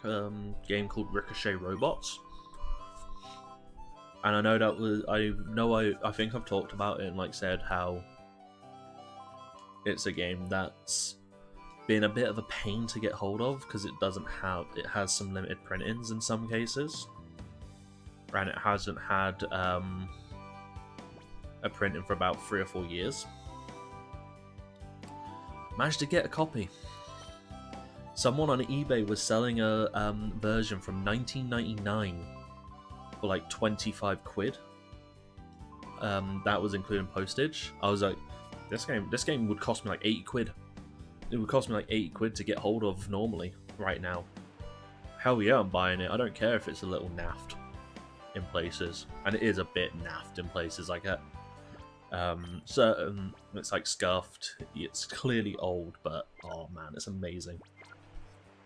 It's just like, yes, I have this game, and unfortunately, I brought it not long after lockdown.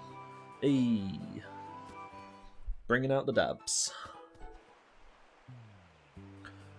Yes, you can use your sub points, or subscribers can use amazing emotes like me as Colonel Sanders, designed by the amazing and wonderful Leaky, or me dabbing. I might use my emote slot soon to have a chair emote.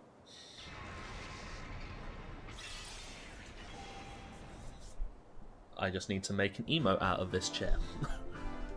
That's all I need to do. Right. After I get through all like the level up stuff from this, I am going to quickly BRB. If you ask my old chair, Stephen, it's the way backwards and on your ass.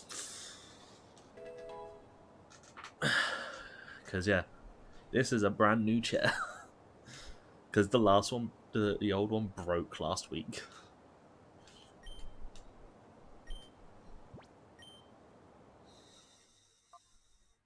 Just stick with that. Fury Swipe sucks. Return's going to get like really good. One thing I actually should do. I've been very how do we put it?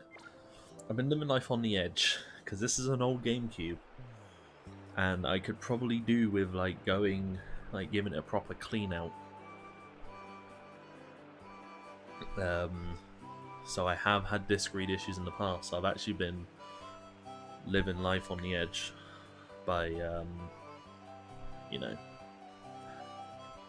not saving until now. So yeah, we finally got through the little like early grind. You don't really have to do it. The game still stops you from like going forward until you purify something. But I might as well purify the Pokemon I want to use for now.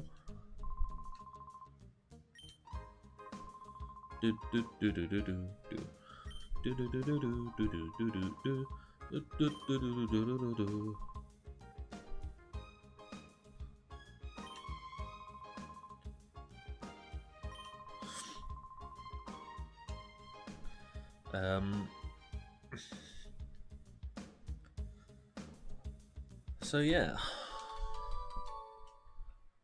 I'll probably at least go. I might actually, the way I'm going right now, because the good thing is, I've actually eaten before a stream for once.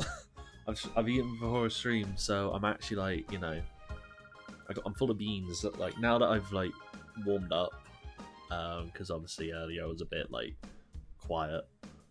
But like now I'm like I'm good. I'm enjoying this. I'm getting into a groove. I don't really want to stop.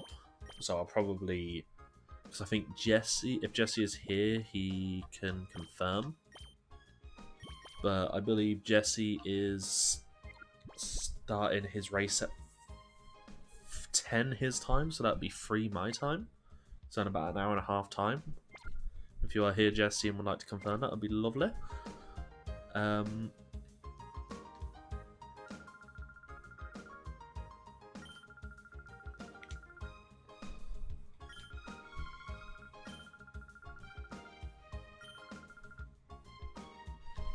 yeah, so I might go till 3.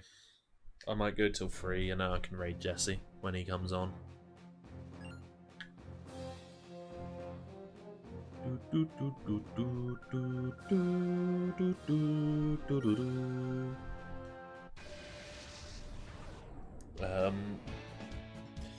But yeah, it is nice playing this again. There is a fun to the two like GameCube Pokemon games, not Channel. Channel can, you know, go. It can get in the bin. Yeah, there's a lot of fun to playing these. It's refreshing. It feels good to play them, and like the double battle thing is something I just really enjoy, because there's a lot of tactics to doubles. There's a lot of tactics you have to consider sometimes, and that's why I find like the neat thing is that like VGC, the Video Game Championships, is double battles. So it allows for certain Pokemon that maybe aren't good in like regular 1v1 to actually potentially be amazing. And then alternatively, like certain Pokemon that are really amazing in 1v1 suck. So you have Pokemon like Skarmory, where it's like, it's always been one of the best Pokemon. And then it's just like, oh, it sucks in doubles.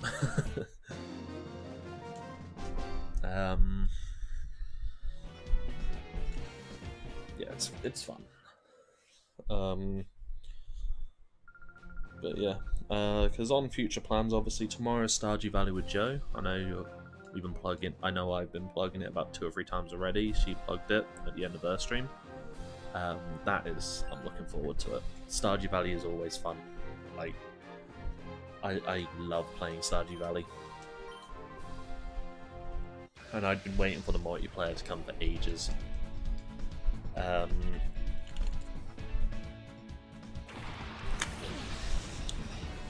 at me being responsible, hydrating frequently. Yeah. That is a game I just have a lot of love for anyway. Like when it came, I got it not long after it came out on PC, and I am bad at like relaxing with mouse and keyboard. I really don't find it a relaxing experience, but that game did like fully chill me out every time, so that was nice. It was just like, it was a fun game to just like sink time into, and it was fun to do it again on Xbox.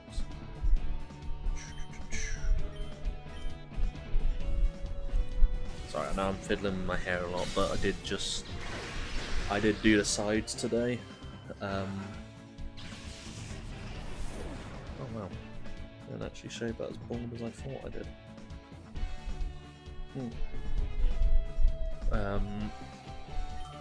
Yeah, I just shaved the sides today, so I'm still in that like, ooh, it feels weird because I've had hair there for about 2 or 3 weeks. And now it's gone. It's the only way I can do like longer hair now though. I couldn't have like, you know, the full head of hair like I used to. So I've had like full head of hair. I've had I believe Yosh is here. He knows, he's known me for a long time. He's known when I've had like full-on mop, like down past my shoulder blades, like proper long ass hair, and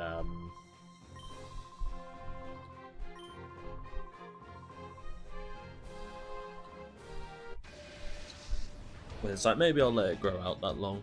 I don't know, but it's partially down to like the overheating. Because last year I had it kind of grown out as well. I had like a mohawk, and it like it was just a strip of hair, and it was just like during the summer, it was just like, you know, getting sweaty, like down the back of my neck. I was hating it. Whereas this year, it's been like really easy to manage.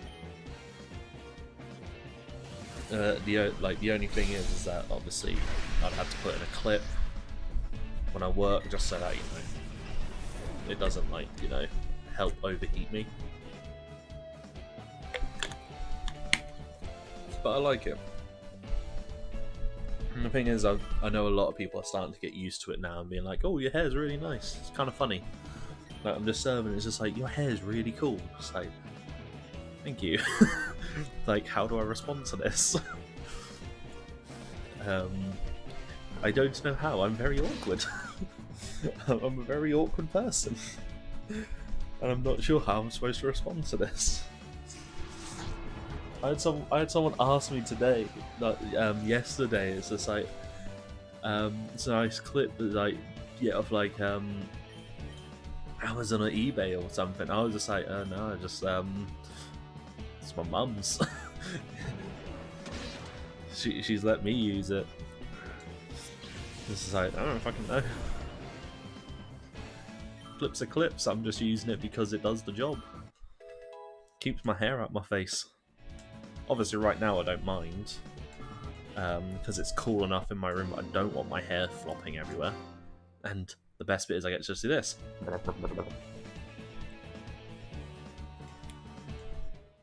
Can't do that too much. I will give myself a headache. I used to be able to headbang. I used to be able to do the full hair windmill. Now it just gives me a headache if I do it. Plus, also my glasses will probably fly off into the nether.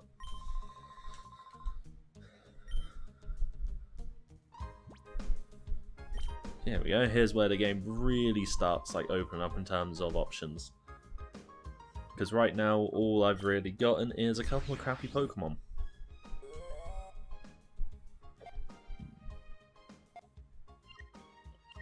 But now I'm just going to start getting... Because this is the nice thing. Essentially, like, Colosseum was almost like...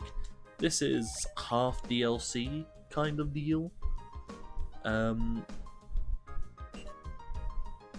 Where you mostly find Johto Pokemon.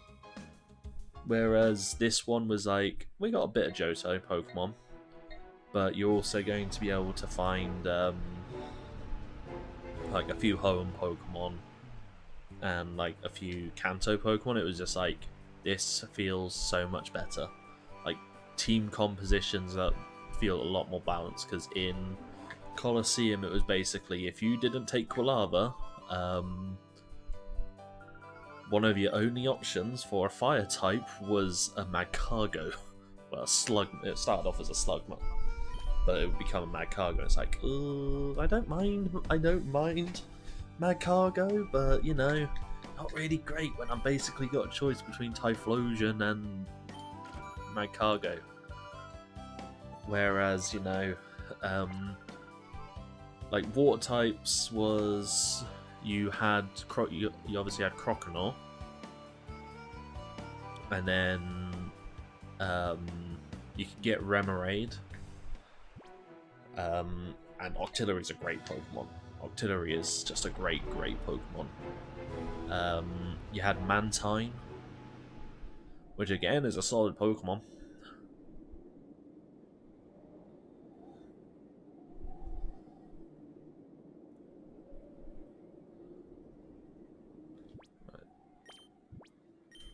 Save, just to be safe.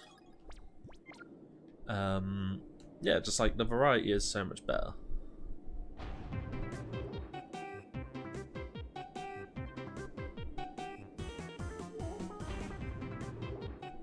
So if I remember correctly, all of these 6, yeah, the Hexagon brothers,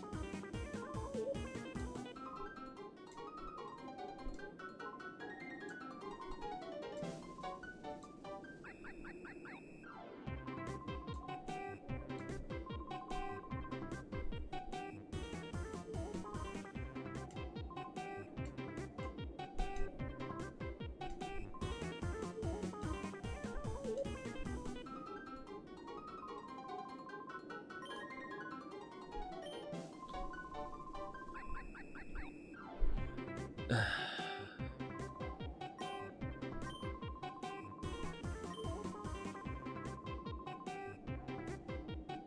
do like how, because basically this game takes... I can't remember how long it is after Colosseum. I think it's like 5 years or something. But it is nice to see, like, hey, this place is now in a bit of state of disrespect. English is so good. It's so good. In a state of disrepair. But yeah, like, one nice thing is this is great because these all of them have a shadow Pokemon each. So I believe like this is the Sphere one. So you. Let's go.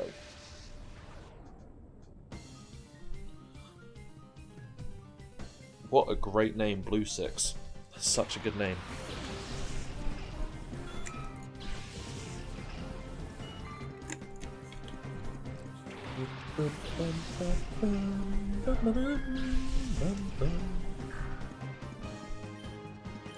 Nope, that's not the move I wanted.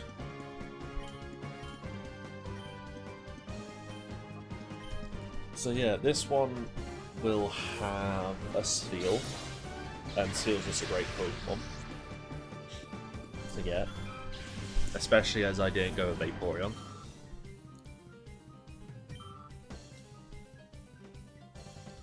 There we go. Shadow Steel. Look at it, so cute. It's so cute. Oh, I just want to pinch his cheeks. So cute. Oh God, feels just adorable. I don't know what we did to deserve such a wholesome Pokemon. And the best bit is, they're level 17, so... basically, when it's purified, it's going to be about the same level as my main Pokemon.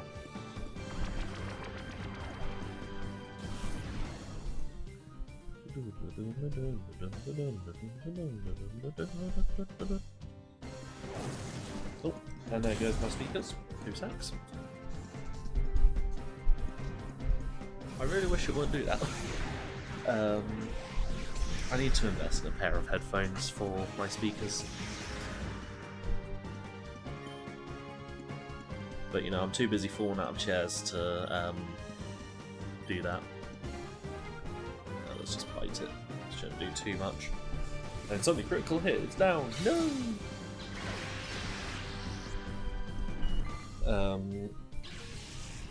So yeah, I can't remember what the red one has, because I think they have a fire type, but I genuinely don't remember what it is right now. Yeah, that did nothing, look at it. But we will catch it. But here's another interesting thing, because obviously I mentioned earlier, oh god, that this game was you know, this game was where before the physical special split. This game was actually the first actual instance of the physical special split in Pokemon, because the shadow moves did actually have that effect. They were all the same type, but the moves were still divided into physical, special, or status. Fuck. So, Shadow Wave is a special move, whereas Shadow Blitz is physical.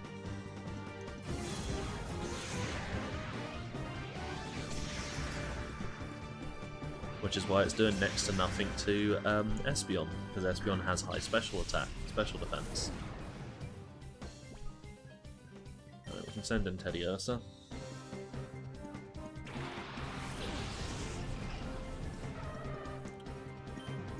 So we will try again for the capture. Let's catch it in a Premier Ball this time. One of my favourite Pokeball designs, actually, Premier Ball. I know some people like shit on it, but it's just like, I like it. I like the white with the red band look. As a matter of fact, I got the these things. So the TCG did like these little like metal Pokeballs. So inside would be like a few packs of cards and everything, like a little coin.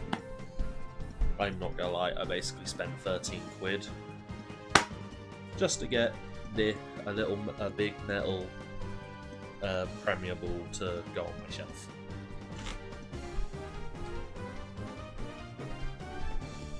And I also did buy a plushie of my favourite Pokeball. The Great Ball, I just love the design of it, it's so amazing. It's such a nice shade of blue, the red wings, and it's got a bit of dust on it. I need to clean. I need to clean my room. I need to do that either this weekend or when I'm off for definite.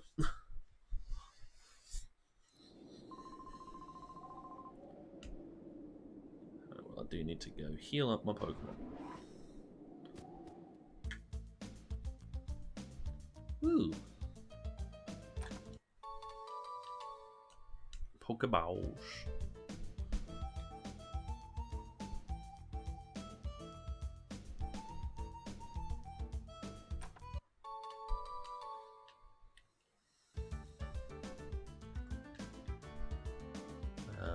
It looks like I'm gonna have to actually leave the area to go get heals. That's a bit pants. Oh god.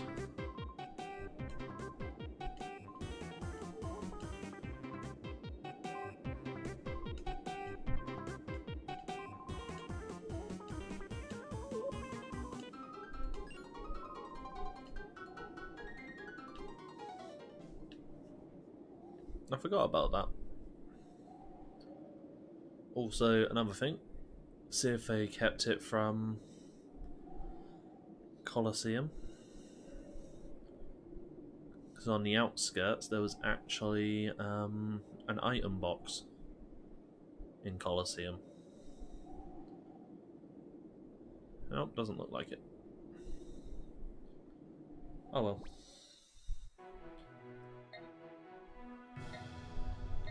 So where is the closest heal point? Probably Mount Battle actually. Probably going to be least frustrating to get to. By least frustrating I mean shortest time.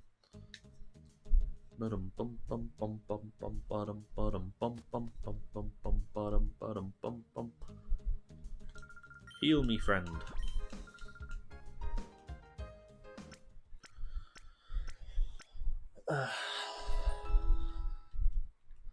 So yeah, on like previous Pokemon streams, I've been talking about a little bit about like Pokemon games that I'm playing off stream. So recently, I have been doing a vanilla run of Heart Gold. I've stopped that for now, and I'm doing a Mega Ruby. Sorry, yeah, I'm doing a Mega Ruby now for a bit because that's nice and quick. Although still, with the way I play, not that quick. I'm still going to be massively behind my best friend. I am very slow, but I also want to chain fish a few Pokemon anyway. Let's go find out what Redface has.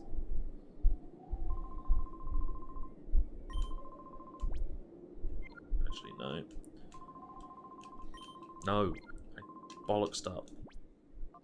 I'm gonna save between each one just in case I KO because it's gonna be quicker than like going through all the conversations and shit. I know you can go back and like get Pokemon and stuff, but yeah, I don't want to do that.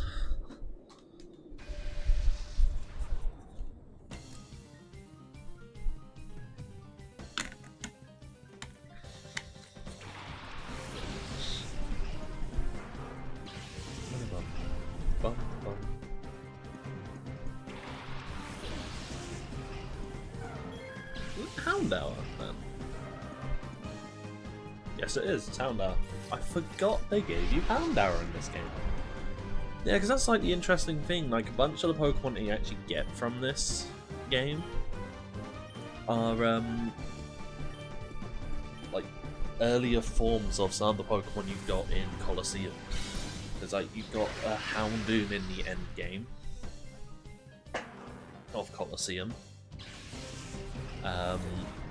you got an Ursaring near the end game. What else was there?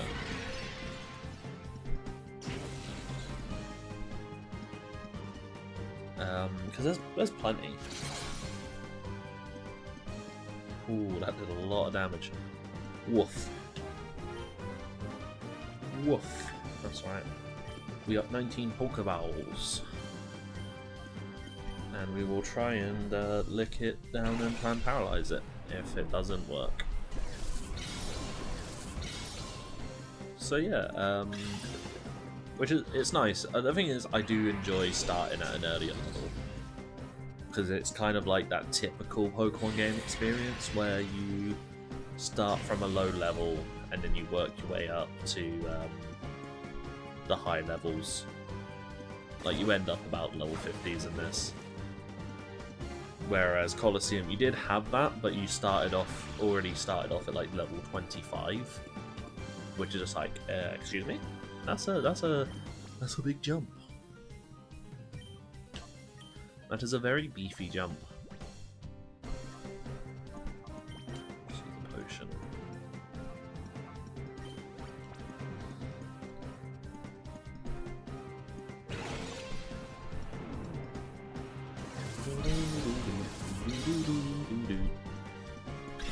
The only downside to this game compared to Colosseum is that this game's post-game is very lackluster. It's very non-existent. There's like one Shadow Pokemon after you beat the final boss. Whereas in Colosseum, you did the game and then there was like, what, I think it was about half of the Shadow Pokemon, or like I think it was about 30% of the Shadow Pokemon in the game were found after the final boss. I think that person has a Mareep. So let's find out what the grass Pokemon is, because I can't remember. Pray it's not a Hoppip.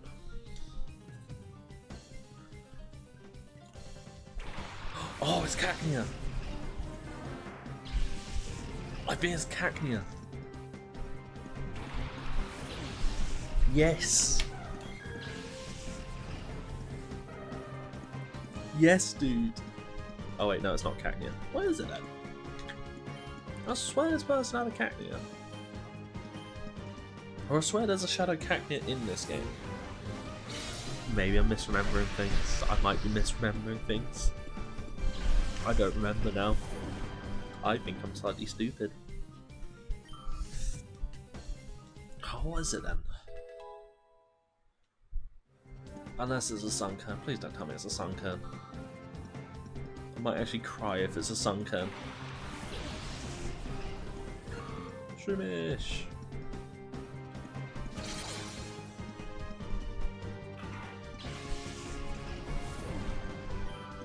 Sorry, he's a nice, easy low level Pokemon.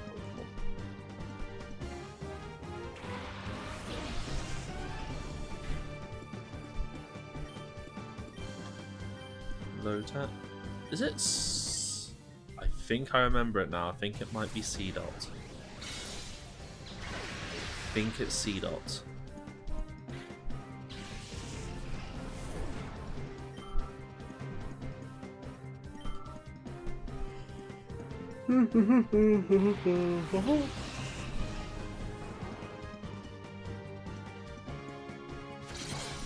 Let's see if I've remembered correctly after numerous guesses.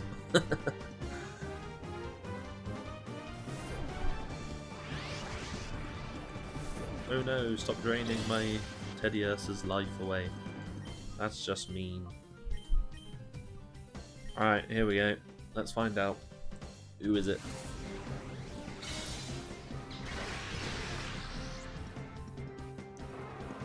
Is it C-Dot?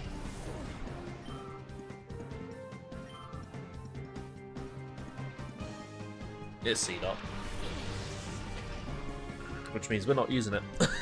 Because C-Dot sucks. They got better. It became much more fun to use in the remakes. But Seedot just sucks. I don't care for having it.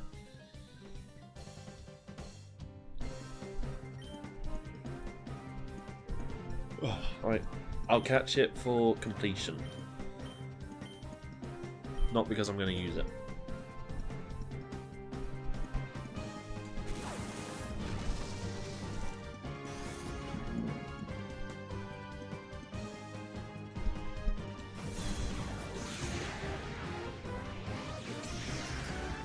Look at it do nothing to Espeon. Probably do a decent chunk to Teddiursa. What do you mean 8 damage to Teddiursa?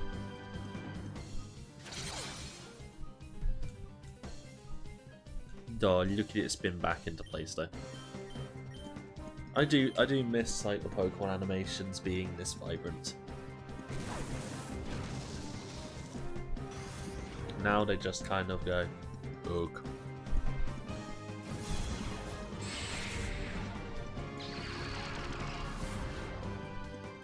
I mean, they're not as static as that, to be fair. Like, they're not just like, they don't just stand there and do nothing.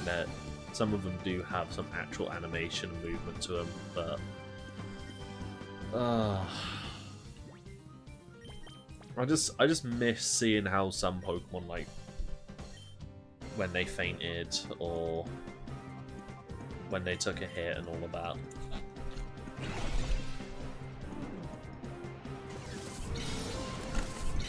But hey, there's Game Freak not giving a crap.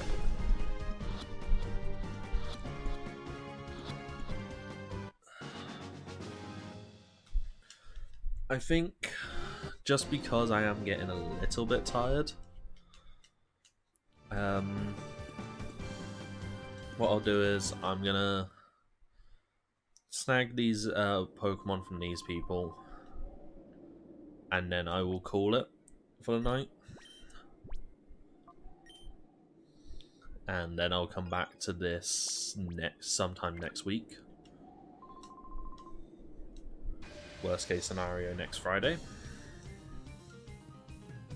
And these are some great names. Perp6. If you called your kid Perp6, you are a cruel bastard. I really need to start sending Outsteel to get some experience. Alright, let's delete coughing. Who do you get from this one? I'm genuinely trying to remember who you get from this one.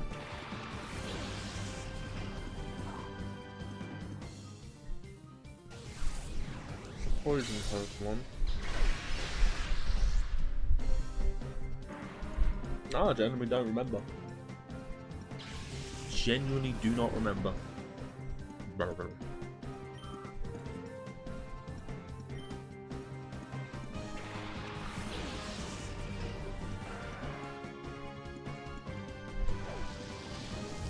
Don't poison me, you fuck. That's just mean. Alright. Yes, I'm spending my time. Yep, Synchronize is going to have no effect on Grimer because Grimer can't be poisoned. For that, you die now.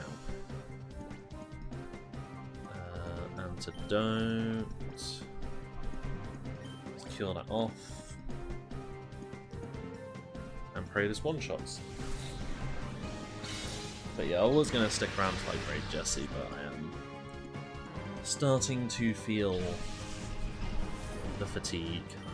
I have been going for 2.5 hours.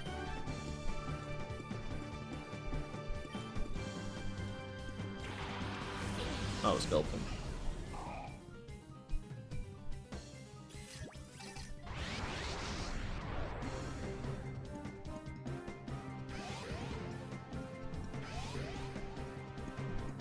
Oh god, no, I can't paralyze it. That's fine, I don't have anything that could do it anyway.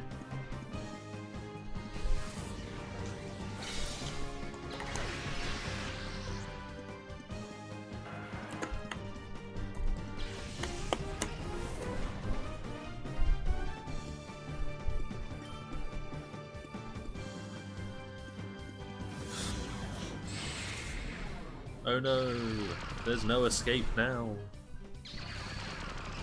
Whatever will I do?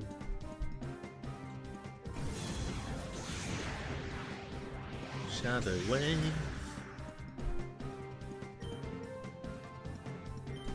Might shouldn't do too much, should it? It shouldn't. No, Gulpin's pretty bulky, it shouldn't. There we go. That's more like it.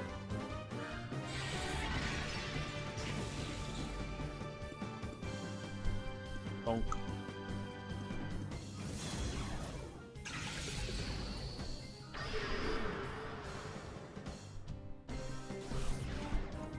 Aha, so that's what that does. Because I was like, what the hell does Shadow Mist do? I don't remember. Do a bit of Shadow Wave to like weaken it down in between any failed captures. So yeah, I probably won't use Gulpin. Used it a few times in other runs. Unfortunately, I can't swap out my Spiel for Teddy Ursa to paralyze it once Safeguard wears off. So instead, I'm just going to have to keep doing this. Go Pokeball!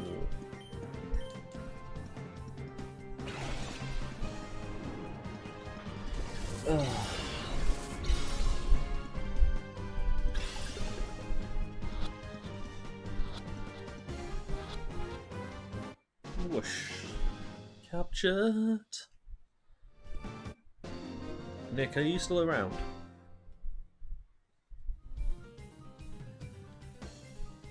Oh god, that was a bit dramatic. Just, oh, I've been shot. Blech. Oh, I just remember what this person has. I want it, I want it, I want it, and now I'm kind of mildly regretting having an Espeon. That's fine. That's fine, I don't have to use my starting Pokemon if I don't need to, because this person has a Boltoy. I just remembered they have a Boltoy. Is something they do? I'm gonna look like a real twat now if they don't. I swear there's a swear it's a Boltoy. I really swear it's a Boltoy. Am I wrong? Have I got this wrong? No, I'm not. I'm not a big Smelly loser from the Planet Stink. It was a Boltoy. Yes, yes, yes. Oh, I'm so happy. I'm so happy with this. I love Claydol. I absolutely... Like, I used to, like, be like, yeah, Claydol? I used to not be, like, overly fond of it, and I used it in, like, a playthrough of, like... I think I used it in Ruby or something, and it was just like, oh my god, this Pokemon's amazing. Like, this Pokemon is so fun.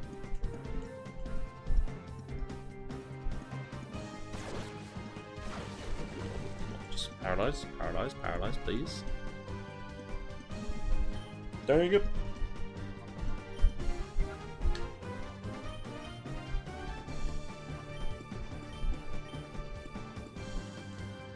I'm just gonna YOLO it.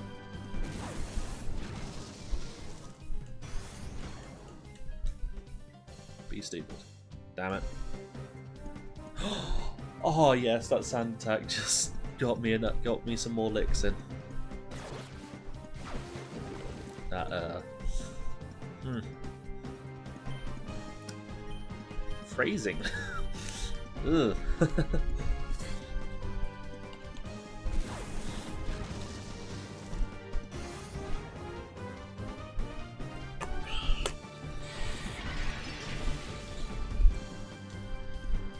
Yeah, that's fine. Tap my Espeon. I can just heal it before the next battle. I just realised, like, Teddy Ursa's ears twitch when it does that. It just the ears like actually start twitching, and it looks so happy. That's adorable. That's so adorable.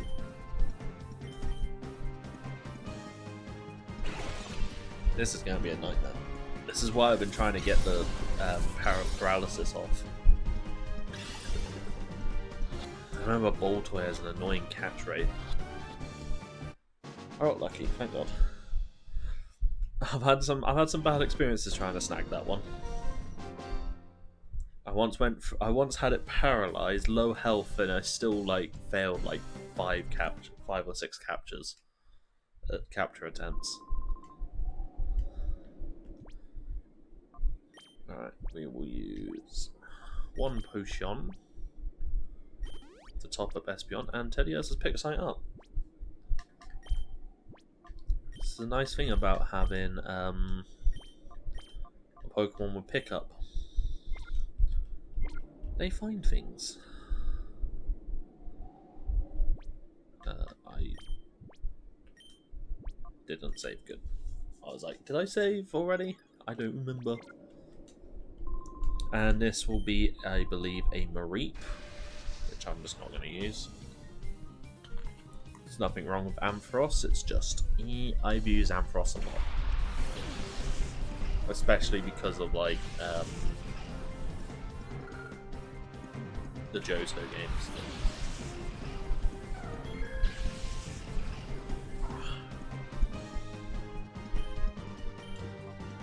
Also Chinchou is a great Pokemon. Love using Lantern. I was thinking of sending out Ladybird just to take a hit. Just be like, let it die. Who gives a fuck? It's only Ladybird.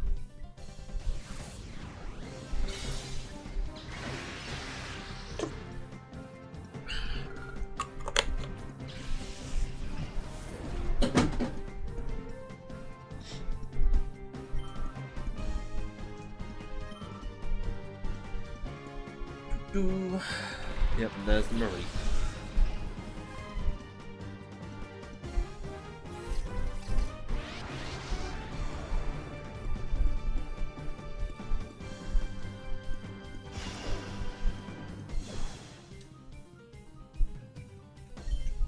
Don't know why I swapped out. Because nothing that I face is actually going to have an electric move yet. So Electrike doesn't get sparked for a bit. And obviously the Mareep's not going to have Thunder Shock because in this game they only use the Shadow moves available.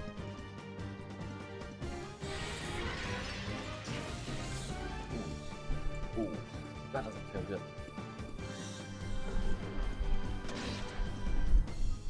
Wow, that's a critical hit. Oh god. Ooh. Idea. First, let's just YOLO.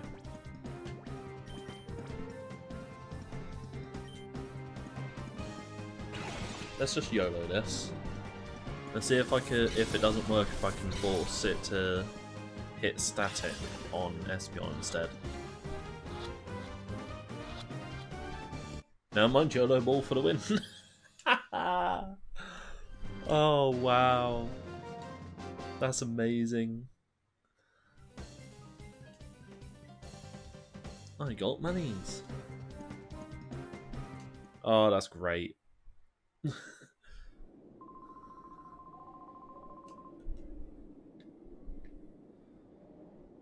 Alright. Actually, no, let's... I think on the other side of that door is healing stuff? Let's test my... Yep, there is. So I went all the way for healing for nothing.